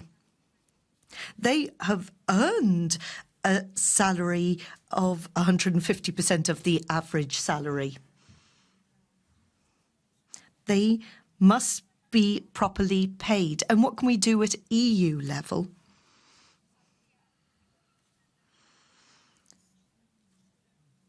Should we support member states to ensure good working conditions for teachers? Yes, I believe we should.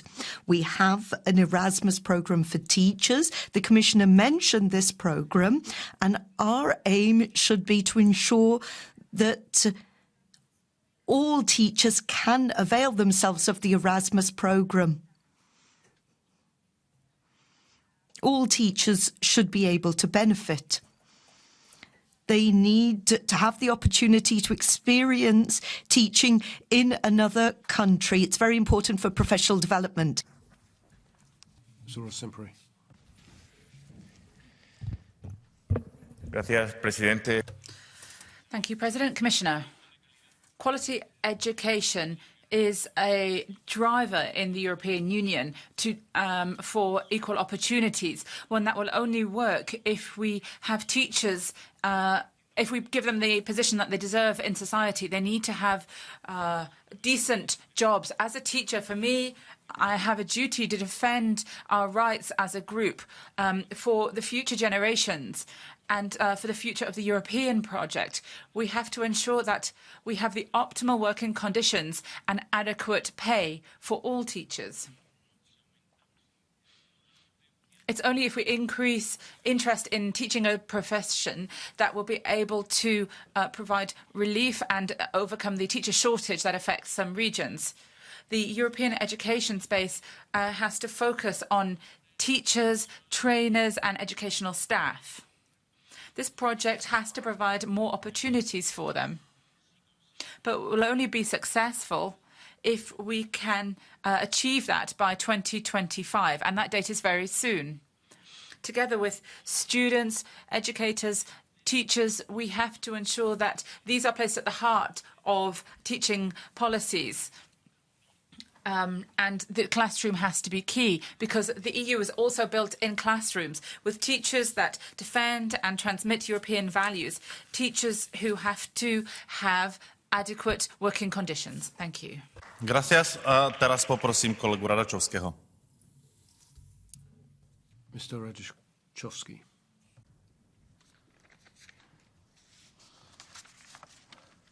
Je nepochybné, že profesia učiteľa je jedno z najúšlechtilejších povolání. Thank you, President. It's clear that the teaching profession is one of the most difficult. Teachers and respect for teachers can be fostered by decent pay. After Slovakia joined the EU, our citizens and our teachers thought that within a few years they would receive pay corresponding to an EU standard. But after 20 years, the reality looks somewhat different. 800 euros on average compared to 3,000, which is the EU average. 800 in Slovakia. In Germany, 71,000 euros per year. The tables that I looked at show Slovakia in the last position, and I'm not happy with that.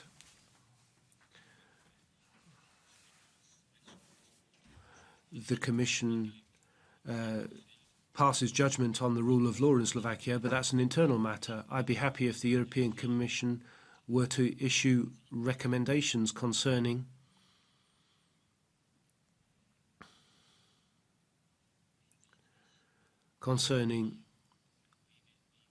how pay levels can be improved. Thank you. A ako ďalšieho poprosím kolegu Poláka. Mr. Polak. Ďakujem pekne za slovo, pán predsedajúci, pani komisár. Thank you, President, Commissioner. I myself worked as a teacher. I know that teaching is not just a job.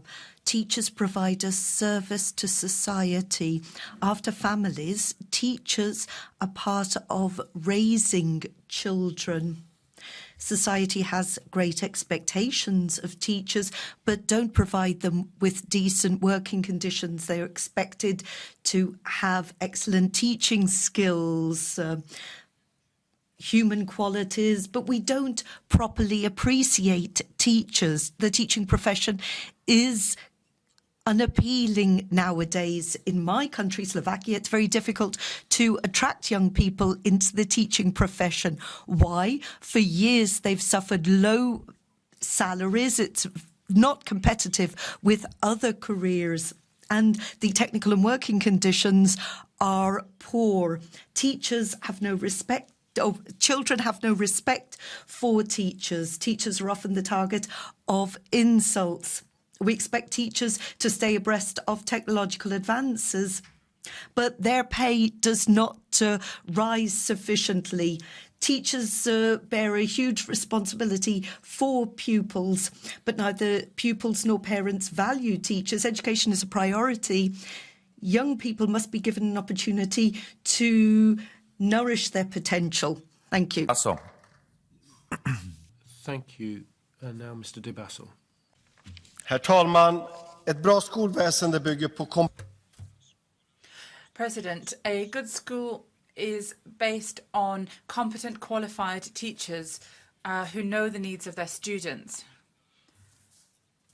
We need to ensure that they that we avoid unnecessary administrative burdens, and that they have the resources they need to support students and schools, and that these don't end up in the pockets of private companies. Sweden is the only country in Europe at the moment where private schools are financed by the public. This has also created a number of problems. Schools cannot be privatized or run by private companies. Democratic scrutiny of schools is something that we need to ensure, and we need to support teachers and ensure that proper knowledge is transmitted to students.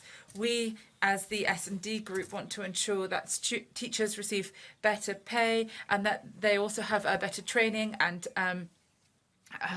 the ability to develop their skills throughout their career. We know that teachers do a good job, but they need to have better opportunities to be able to do their very important work.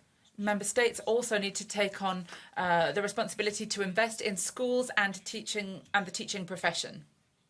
Because one thing is certain, to be successful, we can't allow profit and private interests to have a role in schools. Thank you. Thank you, Mr. Tomek. Thank you, President, Commissioner. We're in the age of digitalization. We've gone through a health crisis, and we've seen what that meant in terms of the break in education and teachers having to keep up preparing the new generation for the future. Technological advance gives us a huge boost, but not all European regions are able to keep up, unfortunately. There is particular vulnerability in the area of education here. It's essential for us to focus our attention on new creative policies that can stimulate high-quality education. We need to offer the necessary support to teachers so that they can carry out their job with dedication. I think it's our duty to ensure that Europe gets what it needs, a consistent investment in the educational framework and the teaching profession, which is what we need to be able to provide quality education to train up the Europe of the future. In PISA testing, we see increasingly falling behind other areas of the world, and we're in an election campaign. We're all promising teachers that will look after them and pay them more. We need to stand by those commitments in our future parliamentary term. Thank you. Kolegyňu Galvez Muñoz. Thank you. And now Mrs. Galvez Muñoz. Thank you, President, Commissioner. Education is the most powerful weapon we have to change the world. For education, we need knowledge, laws, resources, and we need teachers. Teachers are at the front line passing on knowledge. It is an enthralling profession, and I speak from personal experience. But teachers struggle with precarious working conditions. That should not be the case. These are people guiding future generations, bringing them towards a future filled with possibility, and so they need decent working conditions, secure working conditions. We need high-quality public education, and that's not possible if teachers are demotivated. That is the case in many places around Europe, including in my home region of Andalusia. We are seeing privatization and we are seeing restricted access for new teachers. That is hampering our education system. Talent is shared out evenly, regardless of background, and we need to ensure the same is said of opportunities. Thank you. Mrs. Warlow. Thank you, President, Commissioner, colleagues. The questions raised by our colleague, Madame Montserrat, ask about the intentions of the Commission to achieve in concrete terms the European educational area by 2025, including with protection for the right of mobility for teachers, which has been achieved by member states. This possibility is set out in Directive 35 of 2005, but in fact we see discrimination in a number of countries, and unfortunately I have to say in Italy this is also the case. If we seriously limit the right to mobility, and we see this in the recent Law 74 of 2023, which is on giving fixed-term contracts to teachers with foreign qualifications. And on top of all of this is the lack of any homogenous system within the EU to recognise teaching education that has been carried out in another European country. Would it not be the case that we should, for teachers as well, adopt a system of automatic recognition as provided for in Articles 10 and 21 of Directive 36, which is currently valid only for certain professions? The EU's ambitions are ones that we can share, but we have to ensure freedom of movement and workers' ability to establish themselves in other countries. In Italy, we see discrimination against 20,000 teachers. Concepts such as equivalence and equality of qualifications are basically not recognised in my beloved Italy. Ďakujem a teraz poprosím kolegyňu Dobrev. Thank you, Mrs. Dobrev. Magyarországon a 14 éves gyerek... Thank you. In Hungary, 50% of children aged 14 are functionally illiterate. So half of those finishing primary school do not understand what they are reading. This situation has deteriorated under Viktor Orban. We can only talk about a European education area when all children have the same opportunities, yet we have governments in Europe that view education as a threat. They want to keep the resources for themselves, not invest in education. And this will prevent our initiative being successful. We reached an agreement on global minimum taxation, a minimum wage, the basics of a European health system, and now we need to tackle a European education area and system and ensure that Hungarian children have opportunities. Thank you. Being a teacher, it's not a job, it's a calling. Teachers not only teach, they educate the young people and enable them to face the modern challenges. There are many challenges facing teachers, and I have seen that myself as assistant to the education minister.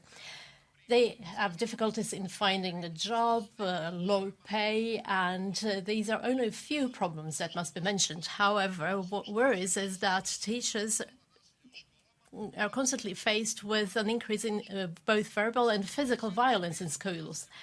Every now and then there are news about attacks on teachers, and this requires a systemic approach to protect their integrity.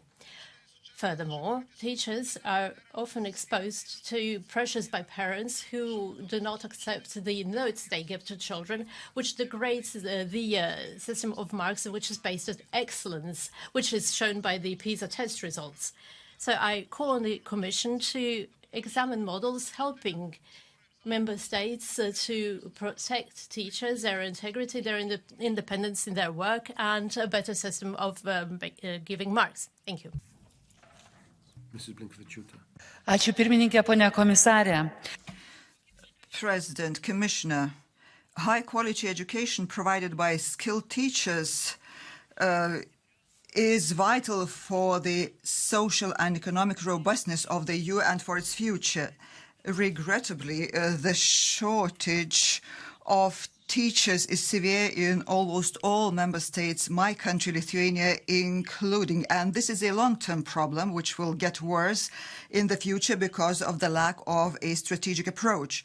What we need are strategies focusing on the generational renewal of teachers and measures aimed at increasing the attractiveness of the teaching profession. Teachers' salaries are too low. There are hardly any financial or other incentives which could attract more young people to our regions to work as teachers. Fewer and fewer young people choose teaching as their career. We would also like to see a systemic approach towards the continuous professional development and especially the upskilling of teachers. Colleagues, the European education area must ensure high-quality education for all. To achieve this, we need a common European strategy. Thank you. Okay, we have a blue card from colleague Roncha. Yes, thank you. I will speak Polish. Please take a chance. I've been listening carefully to your statement.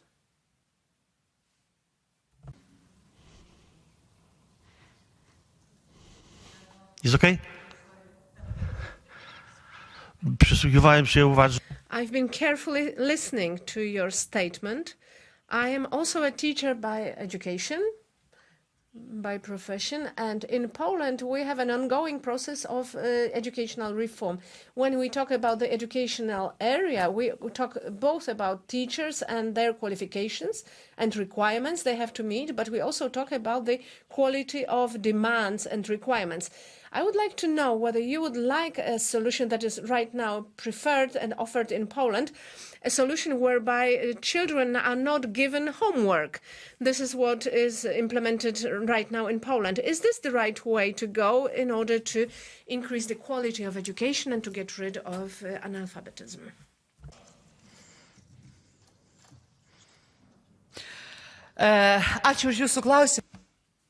Thank you for your question.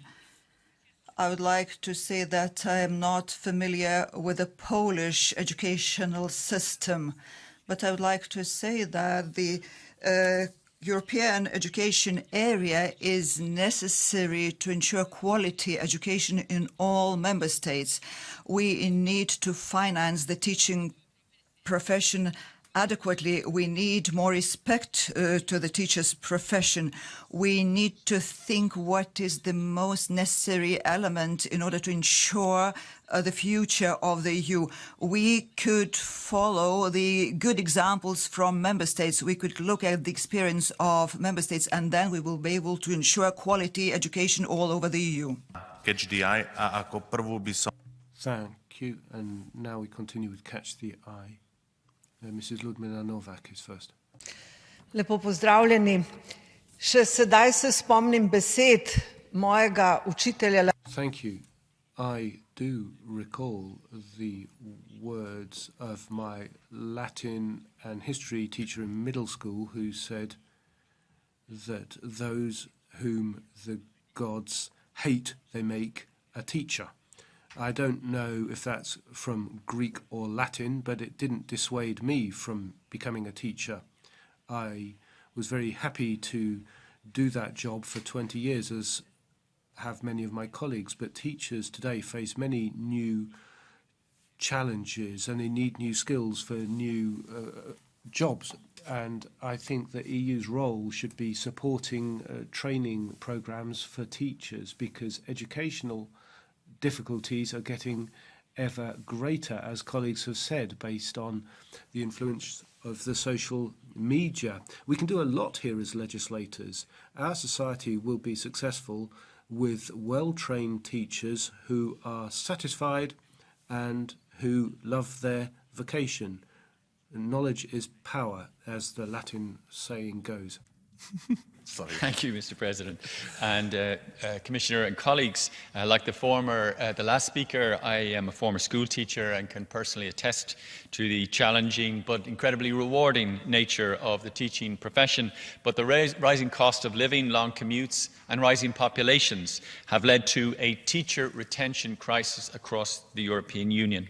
A recent survey carried out by the Teachers Union of Ireland showed 64% of schools have unfilled vacancies, and another by the ASTI showed 75% of schools surveyed received no applications for teaching posts advertised. And this is affecting the most vulnerable and special education disproportionately. The free school books for junior cycle and the public sector pay agreement are very welcome, but I would encourage the Irish government to engage with unions on disputes about incremental payments for teachers returning from abroad. Ireland performs extremely well on PISA surveys, and such engagement would be a practical recognition of that performance. Thank you, Mr. President. Thank you very much. Ako ďalšiu poprosím kolegyňu Pereira. Nech sa páči. And now, Mrs. Pereira.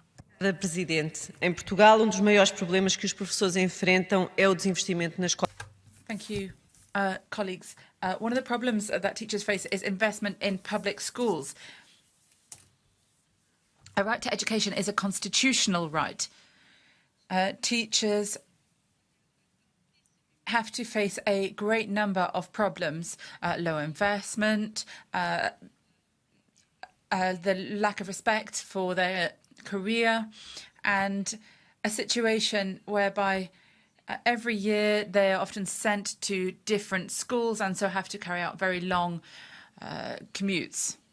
We need to fight against short-term contracts and poor conditions. These are all things that we need to work on. We have to ensure that we place proper value on the work that teachers do. It has to be recognised as a career and as a service that they pay to society. We need to have a stable teaching body to ensure that they can carry out their work properly. Teachers are important every single day. We want to stand with them. Mr. Papadakis. Στην Ελλάδα, οι μαζικές διαδηλώσεις των εκπαιδευτικών μαζί με τους...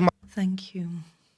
We have faced strikes and teacher protests, protesting together with pupils to send a clear message to the New Democracy government. The teachers will never accept private universities. Teachers, pupils and students are saying loud and clear that the government cannot play fast and loose with their parents' money.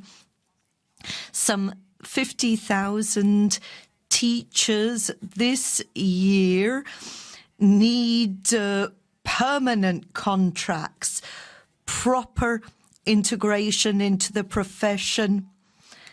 The New Democracy government is suing former teachers because they are demanding fair democracy. Thank you. Ja, vielen Dank, Herr Präsident, Frau Kommissarin. Thank you, President, Commissioner. It's good to be able to discuss this topic today, and with all modesty, I would say that this is an initiative from the Petitions Committee in discussion with petitioners in the Petitions Committee. We focused on three main problems: a lack of mutual recognition of professional qualifications, second, working conditions we're talking about today, and then third, the new conditions in society. Teaching isn't just about conveying knowledge. All societies are reflected in the focus of the classroom. And that's why my request would be that we shouldn't squabble about competences. We should just organise that discussion and please moderate that discussion that we need in the EU. Education's the future and the EU does need a future. Thank you.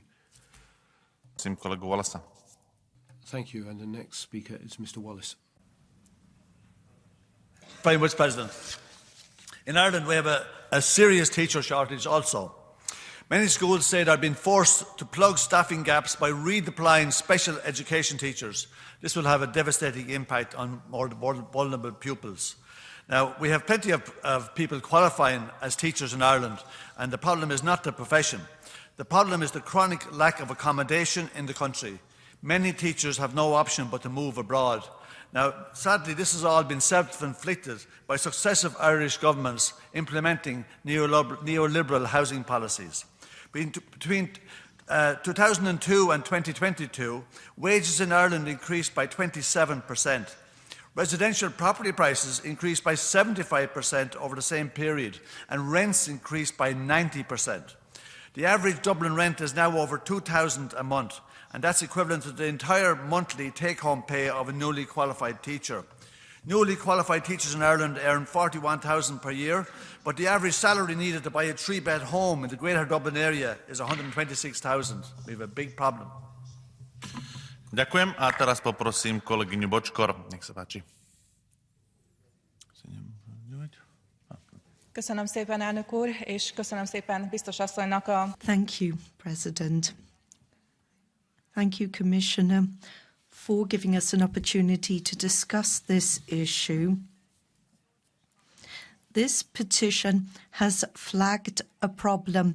In many member states, there are widespread issues. Teachers are overburdened.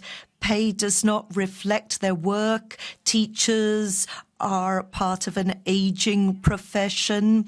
It's not seen as an appealing career. There are so many challenges that we need to tackle here. We need to take measures and steps in the right direction here. Now, education is member state competence. The Commission and member states, the Commission needs to provide support to member states through, for example, the Cohesion Fund. Member states play a key role and we must respect that. The Hungarian government has done a lot to improve the career of teachers.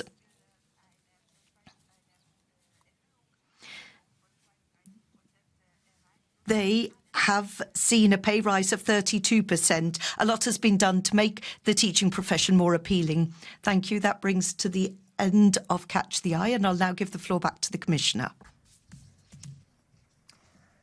Thank you very much, honourable members, dear teachers in the gallery. Thank you very much for your very valuable comments and remarks, dear colleagues. Thank you for the importance and respect you attach to the crucial role of the teacher's profession. I will reiterate again, within the limits of its remit, the Commission is committed to deploying a number of funding instruments to support the Member States' efforts in addressing this multifaceted challenge. There were a number of questions about what more the EU can do to help. Besides what I mentioned in the beginning, let me just remind us the key role of the EU funding invested in education. Around 73 billion euros have been programmed for education under the Recovery and Resilience Facility, supporting education and skills developments with a strong focus on digital education. The national RRF plans include several investments and reforms linked to the teaching profession. Just to name a few, teachers can receive trainings in digital skills or how to work with disadvantaged pupils. They can participate in e-learning courses, or they can receive financial support to purchase electronic equipment, for instance, for teaching purposes. Under the European Social Fund Plus, more than 43 billion euros have been programmed to support measures targeting education, training and skills. Among these investments are, again, multiple measures supporting teachers, such as the development of their competence frameworks, their upskilling, their career paths, and also working in rural and multicultural environments. I want to reassure you that I am fully committed to do the utmost for us together to help to restore the attractiveness of one of the noblest professions. Thank you very much. Ďakujem, pani komisárka. A rozprava sa tomuto bodu týmto skončila. Thank you, Commissioner. That brings us to the end of debate on this item. The next item on our agenda is an oral question to the Commission on an association agreement for the participation of third countries in union programmes. We'll first hear from Mr. Ehler, author of the question. Mr. President, Commissioner, colleagues, there are two things we need to make clear and very clear today. First, the Parliament is a strong supporter of the participation of New Zealand in the Union programmes. We are strong supporters of other countries like the Faroe Islands, Canada and South Korea participating in our programmes. The resolution we will adopt today makes it very clear we have no problem with those countries and their participation in the Union programmes. However, and this is the second point the Parliament will not accept, that its democratic prerogatives are disregarded. The treaties are clear. Only if the Parliament gives its consent that can make the Union plausibly accept to set up a committee under the international agreement with the power to amend certain parts of the international agreement. I repeat, only if the Parliament gives consent. The Court of Justice also made clear that the Parliament's consent must be meaningful. The Council and the Commission have chosen to ignore this constitutional reality. They have insisted on setting up association agreements for the Union programmes with a completely new category of third countries which cut the parliaments out completely. They have asked the Parliament to sign a chèque blanche. Therefore, the Parliament cannot give meaningful consent to these agreements. And we have communicated this clearly to other institutions for almost 2 years. It's an insult of the services, and I address specifically the Secretary General, that she is refusing to take up interinstitutional dialogue, although the Parliament's President had been asking that for a year ago. So this resolution is our last attempt to change the course of the Council and the Commission. The only step left us after this is to start denying consent, which will kill these agreements. We do not want to do this. Researchers involved in Horizon should not become the victim of this interinstitutional fight, but we protect our democratic prerogatives. We will do that whatever it takes. So I would have to read you the following question, also in the name of my co-rapporteur, Mr. Lasapelle. As regards international agreements dedicated to the participation of third countries in the Union programmes, the Commission is asked the following. Given the broad powers allocated to the joint committee established under the draft agreement between the EU and New Zealand, including its ability to adopt and amend the protocols on associations to Union programmes without further parliamentary involvement, how does the Commission intend to ensure that the European Parliament retains oversight and power of consent as regards future associations to the Union programmes? Secondly, can the Commission commit to increase transparency of the implementation of the agreements via regular and detailed reporting in order to enable the Parliament to exercise its oversight rights? Will the Commission structure future agreements in a way that guarantees the respect of the Parliament's prerogatives concerning agreements on any association to a Union programme? Will the Commission launch negotiations on an interinstitutional agreement that completely abides by both the letter and the spirit of the treaties, in full respect of the principles of parliamentary scrutiny in the implementation of the association agreements, including as regards the adoption and amendment of protocols? And I may add, this might be today a conversation of connoisseurs, and we might not have a lot of participation because it's very specific. Believe me, there will be a lot of presence if the Parliament is going to deny consent to these agreements. Thank you very much. Ďakujem kolegovi Ehlerovi za uvedenie. Thank you, Mr. Ehler. Now on behalf of the Commission, Commissioner Ivanova. Thank you very much, honourable members. Allow me first to thank the ITRE and AFET committees represented by the rapporteurs, Dr. Ehler and Mr. Lacapelle, for their pertinent questions. The Commission is committed fully to ensure that the European Parliament can exercise its powers under the treaties with regard to association of third countries to EU programmes. In case the Parliament considers that further specific information should be provided during the negotiation and implementation phase of such association agreements, in addition to the ample information already provided, the Commission is prepared to do so. For the agreements with the so-called Category D countries such as Faroe Islands, New Zealand or Canada, the Parliament is and will be, in case of other agreements to come, invited to give its consent to the framework agreement in accordance with the treaties. The same goes for their protocols on association to Horizon Europe, which is the most significant program to which partner countries can be associated, both in terms of depth and substance and of its financial terms. To underline again, we fully recognize the full say of the Parliament over the policy on associations and its key principles and modalities. First, through co-decision on basic acts, and second, by giving consent to the framework agreements.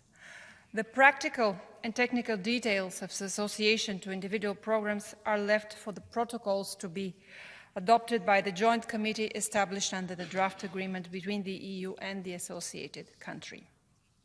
In this way, the Commission can act with sufficient expediency to allow for fast conclusion and entry into force of the specific association agreements, thus ensuring also seamless transition to the successor Union programme. When envisaging the future protocols and specific implementing provisions, the Commission will continue respecting full transparency vis-à-vis the European Parliament. We will do that in line with the requirements set in the treaties, and in particular Article 218, and the framework agreement for relations between the European Parliament and the Commission, which we believe provides all the necessary guarantees to ensure the Parliament is informed fully and in due time. Thank you. Ďakujem pani komisárke a teraz poprosím kolegyňu Zovko za... Thank you. And now we'll hear from Ms. Sofka on behalf of the EPP. Poštovana povjerenice, pozdravljam nedavno usvajanje sveobuhvatnog dogovora o novom sporazumu o slobodnoj trgovini Evropske unije i Novog Zelanda, koje će donijeti the free trade agreement between the EU and New Zealand will have consequences. New Zealand is key in the Pacific, and we have historic economic ties with the region. I would emphasize that thousands of descendants of migrants, particularly Croats, have helped to found the wine industry and have founded businesses in New Zealand over the years. That's why this conveyed the difficult coexistence of Croatian settlers with the Maori at the time. I am extremely glad that I was able to negotiate this act on behalf of the European People's Party, because of the fact that New Zealand shows how important it is for Europe to rise above its closedness to big trading partners and open up to its like-minded people and those who share the same values. I emphasize the importance of the existing security cooperation between the EU and New Zealand, especially in relation to operations and missions in the EU's common foreign and defense policy. Equally, New Zealand's support for Ukraine, including providing aid and imposing sanctions against Russia, demonstrates our shared commitment to justice and international order. At the end, I would like to confirm what Mr. Eller said, that we need transparency in our cooperation within the Horizon program, and this will be a milestone that will have a significant impact on the progress of relations with the European Union. I thank the Commissioner that she actually showed the openness towards the Parliament. Thank you. A teraz poprosím kolegyňu Kutaraja, ospravedlňujem sa, za skupinu Progresívnej aliancie socialistov a demokratov v Európskom parlamente. Thank you, Chair and colleagues, Commission. Despite representing only 7% of the world's population, the EU accounts for 20% of global research expenditure, 32% of high-impact publications, and 25% of patent applications. Thus, cooperation agreements between the EU and third countries with similar values and common priorities, such as the EU-New Zealand one, which strengthen ties and advance scientific frontiers, are essential. The European Parliament should continue to play a key role to foster cross-border partnerships, exchange ideas, and create a more resilient and interconnected research landscape, while strengthening and assisting to strengthen the EU's role as a global leader in R&I. To ensure this, however, we demand that a safeguard is given when it comes to the European Parliament's competence over association agreements with third countries, an aspect fundamentally tied to upholding EU democracy. As representatives entrusted with the interests of our constituents, we bear the responsibility of robust oversight and we demand adequate guarantee of our competence. Any erosion of the EP scrutiny powers not only undermines effective representation, but also contravenes the principles laid out in our treaty and rules. Thank you very much. And now, colleague Potosh for the group Renew Europe. Thank you, President. Madam Commissioner, colleagues, the EU is an open and honest partner for third countries who wish to cooperate with us economically. And this is a decision of direct benefit to the consumer, the European citizen, by being able to access products from other countries, giving them a wider range of products. Naturally, in a global economy, you have agreements on free trade and so on. This is absolutely necessary. This framework has to be updated to meet the needs of our economies and societies. And in particular, the specialists of the Commission need to consider the technical issues, which they do very well. But this is not just pure mathematics. These agreements should correspond to the needs of European society and our priorities. Therefore, it's very important for the European Parliament to have a decisive word to say on closing this treaty. It's the only political institution that directly represents the wishes of European citizens. Thus, the European Parliament should be consulted at all stages of the negotiations for the future treaty on free trade and cooperation in the programmes, whether bi or multilateral in nature, such as Horizon, where we cooperate in science and innovation. I hope in the future we'll see more cooperation and openness from the Commission, and they shouldn't just respect the letter but also the spirit of the European Treaty. Thank you. A teraz poprosím kolegu Sole za skupinu Zelených Európska slobodná aliancia. Thank you, Mr. Solé. Thank you, President, Madam Commissioner. The participation of third countries sharing our core values and priorities in Union programs has a positive effect both in the achievements of such programs and in our cooperation with like-minded partners. This is especially the case in the field of research and innovation, where international cooperation plays a key role in tackling global challenges and fostering mutually beneficial relations. Therefore, association of third countries to Horizon Europe is something that we definitely welcome. However, as the single EU institution directly elected by citizens, we are also here to defend the Parliament's democratic prerogatives. And as it happens, these prerogatives cannot be fully exercised with the Commission's approach as regards the conclusion of international agreements related to the participation in Union programs. The current procedures do not allow the Parliament for a meaningful consent. In our role of safeguarding the democratic and fundamental values of the Union, we should and we must have a bigger say in these agreements. The negotiation, approval and implementation of them is not just a simple administrative procedure without any political connotation. Issues like academic freedom or the need to uphold the climate targets and Green Deal objectives require parliamentary involvement. We welcome the proposal to enhance partnership through New Zealand's association with the Horizon Europe programme, and the same goes for the agreement with the Faroe Islands. But we have to make sure that there is the proper parliamentary scrutiny under a meaningful consent procedure. The proposed joint committee circumvents the Parliament and undermines its capacity to fully exercise its powers.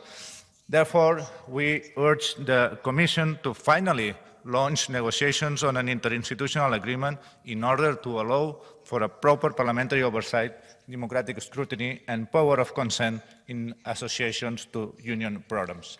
Thank you. Thank you very much. And now, colleague Bilde.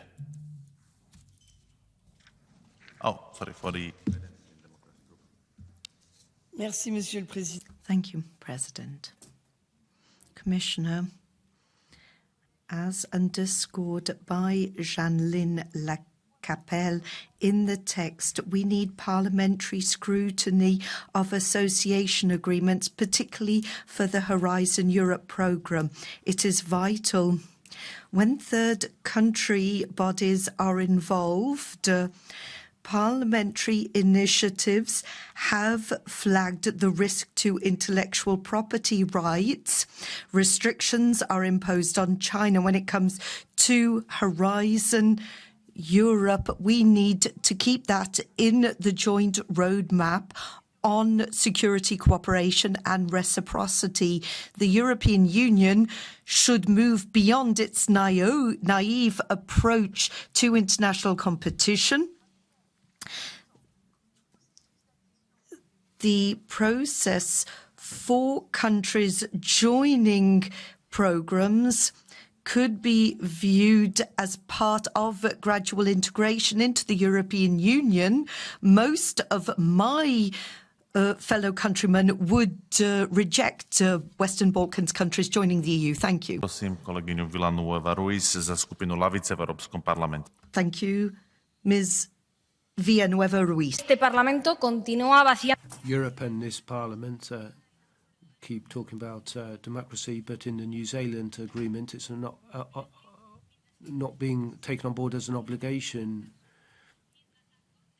The Penal Court of Justice is investigating for genocide Israel for killing 30,000 people under bombs, and there are people without anaesthetic and drinking sewer water for lack of water in Gaza, and yet the EU isn't just turning a blind eye to ethnic cleansing of Palestinians, but is providing funds that are used for equipment destroying Palestinian homes. Companies in Israel are producing drones used for bombing of Palestinian people, and yet member states are buying them. It's clear that we need concrete action here, not empty words. We must suspend the association agreement now. There should not be a single minute more of complicity. Thank you. Ďakujem. Žiaľ Bohu, keďže kolegyňa Carvalho sa tu nenachádza, poprosím. Thank you. Ms. Carvalho is not in the room, so Ms. Gonzalez gets the floor now.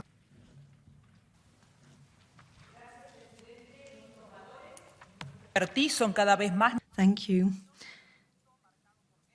In a world riven by war, grappling with the climate crisis, it is important that we broaden our association agreements to ensure that they have a more useful impact on the world. Erasmus Plus works well for young people around the world and those with disabilities, but we need to bolster other programs such as the Civil Protection Mechanism. That is vital to counter the impact of climate change, particularly in countries that don't have a Copernicus-style satellite.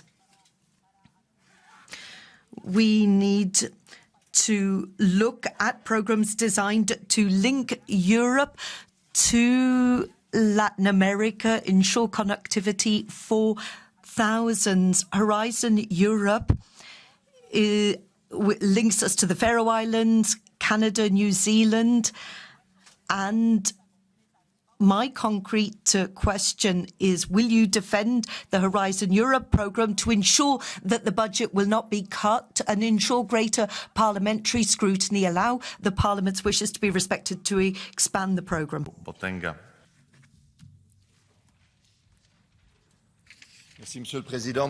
Thank you, President, Commissioner. In fact, you are bothered by our work.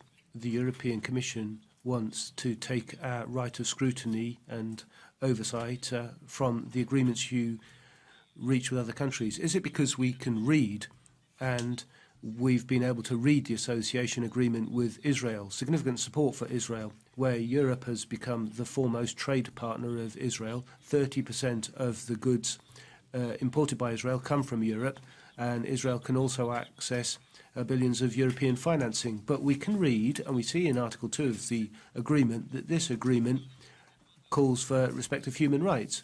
Logically, when the International Court says that there's a plausible risk that Israel is committing genocide in Gaza, what should we do? Suspend the agreement, put it into abeyance. Otherwise, you're supporting it and complicit with Israeli war crimes in Gaza. But rather than suspending the agreement, Commissioner, you want to shut us up and exclude us. We're not going to shut up, though. We're not going to have the wool pulled over our eyes. This complicity is unacceptable, and we continue to say it.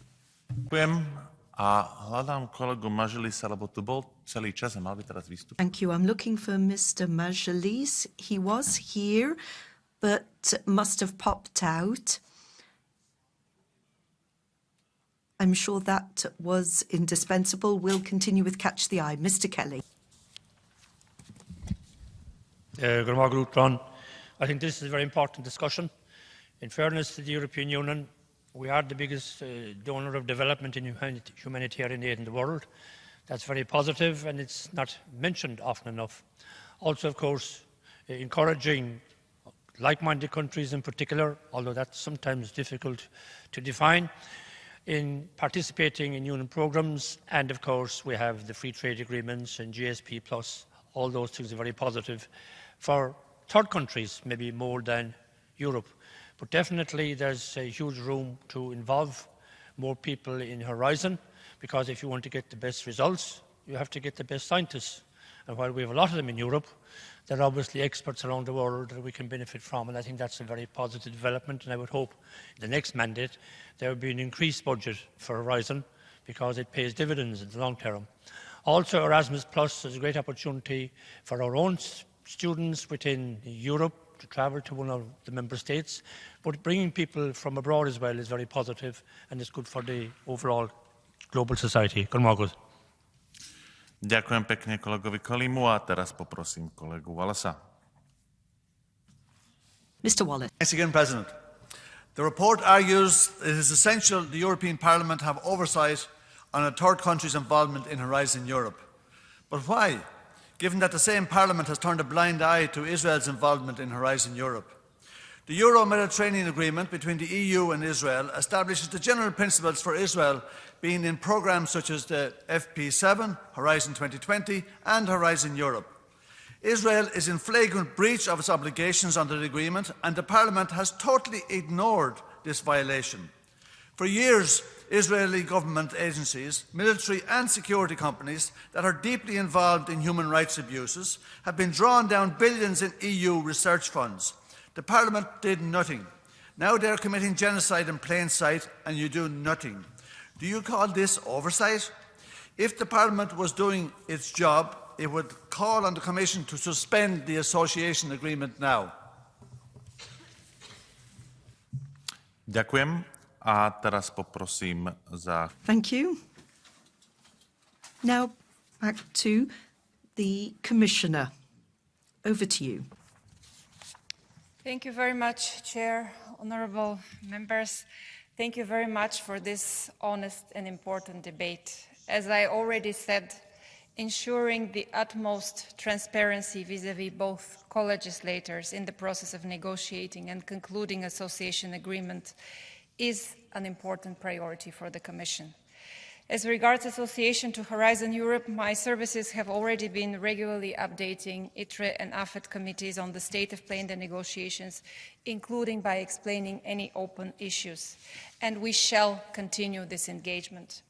I will also continue to ensure that we can share with you the Commission recommendations to launch negotiations, the EU proposals for draft Horizon Europe Association Agreement texts before tabling them in negotiations, and also the consolidated texts before when they are initiated by the union negotiator. As regards association of third countries to other EU programs, the Commission will, of course, act with the same diligence towards the relevant committees.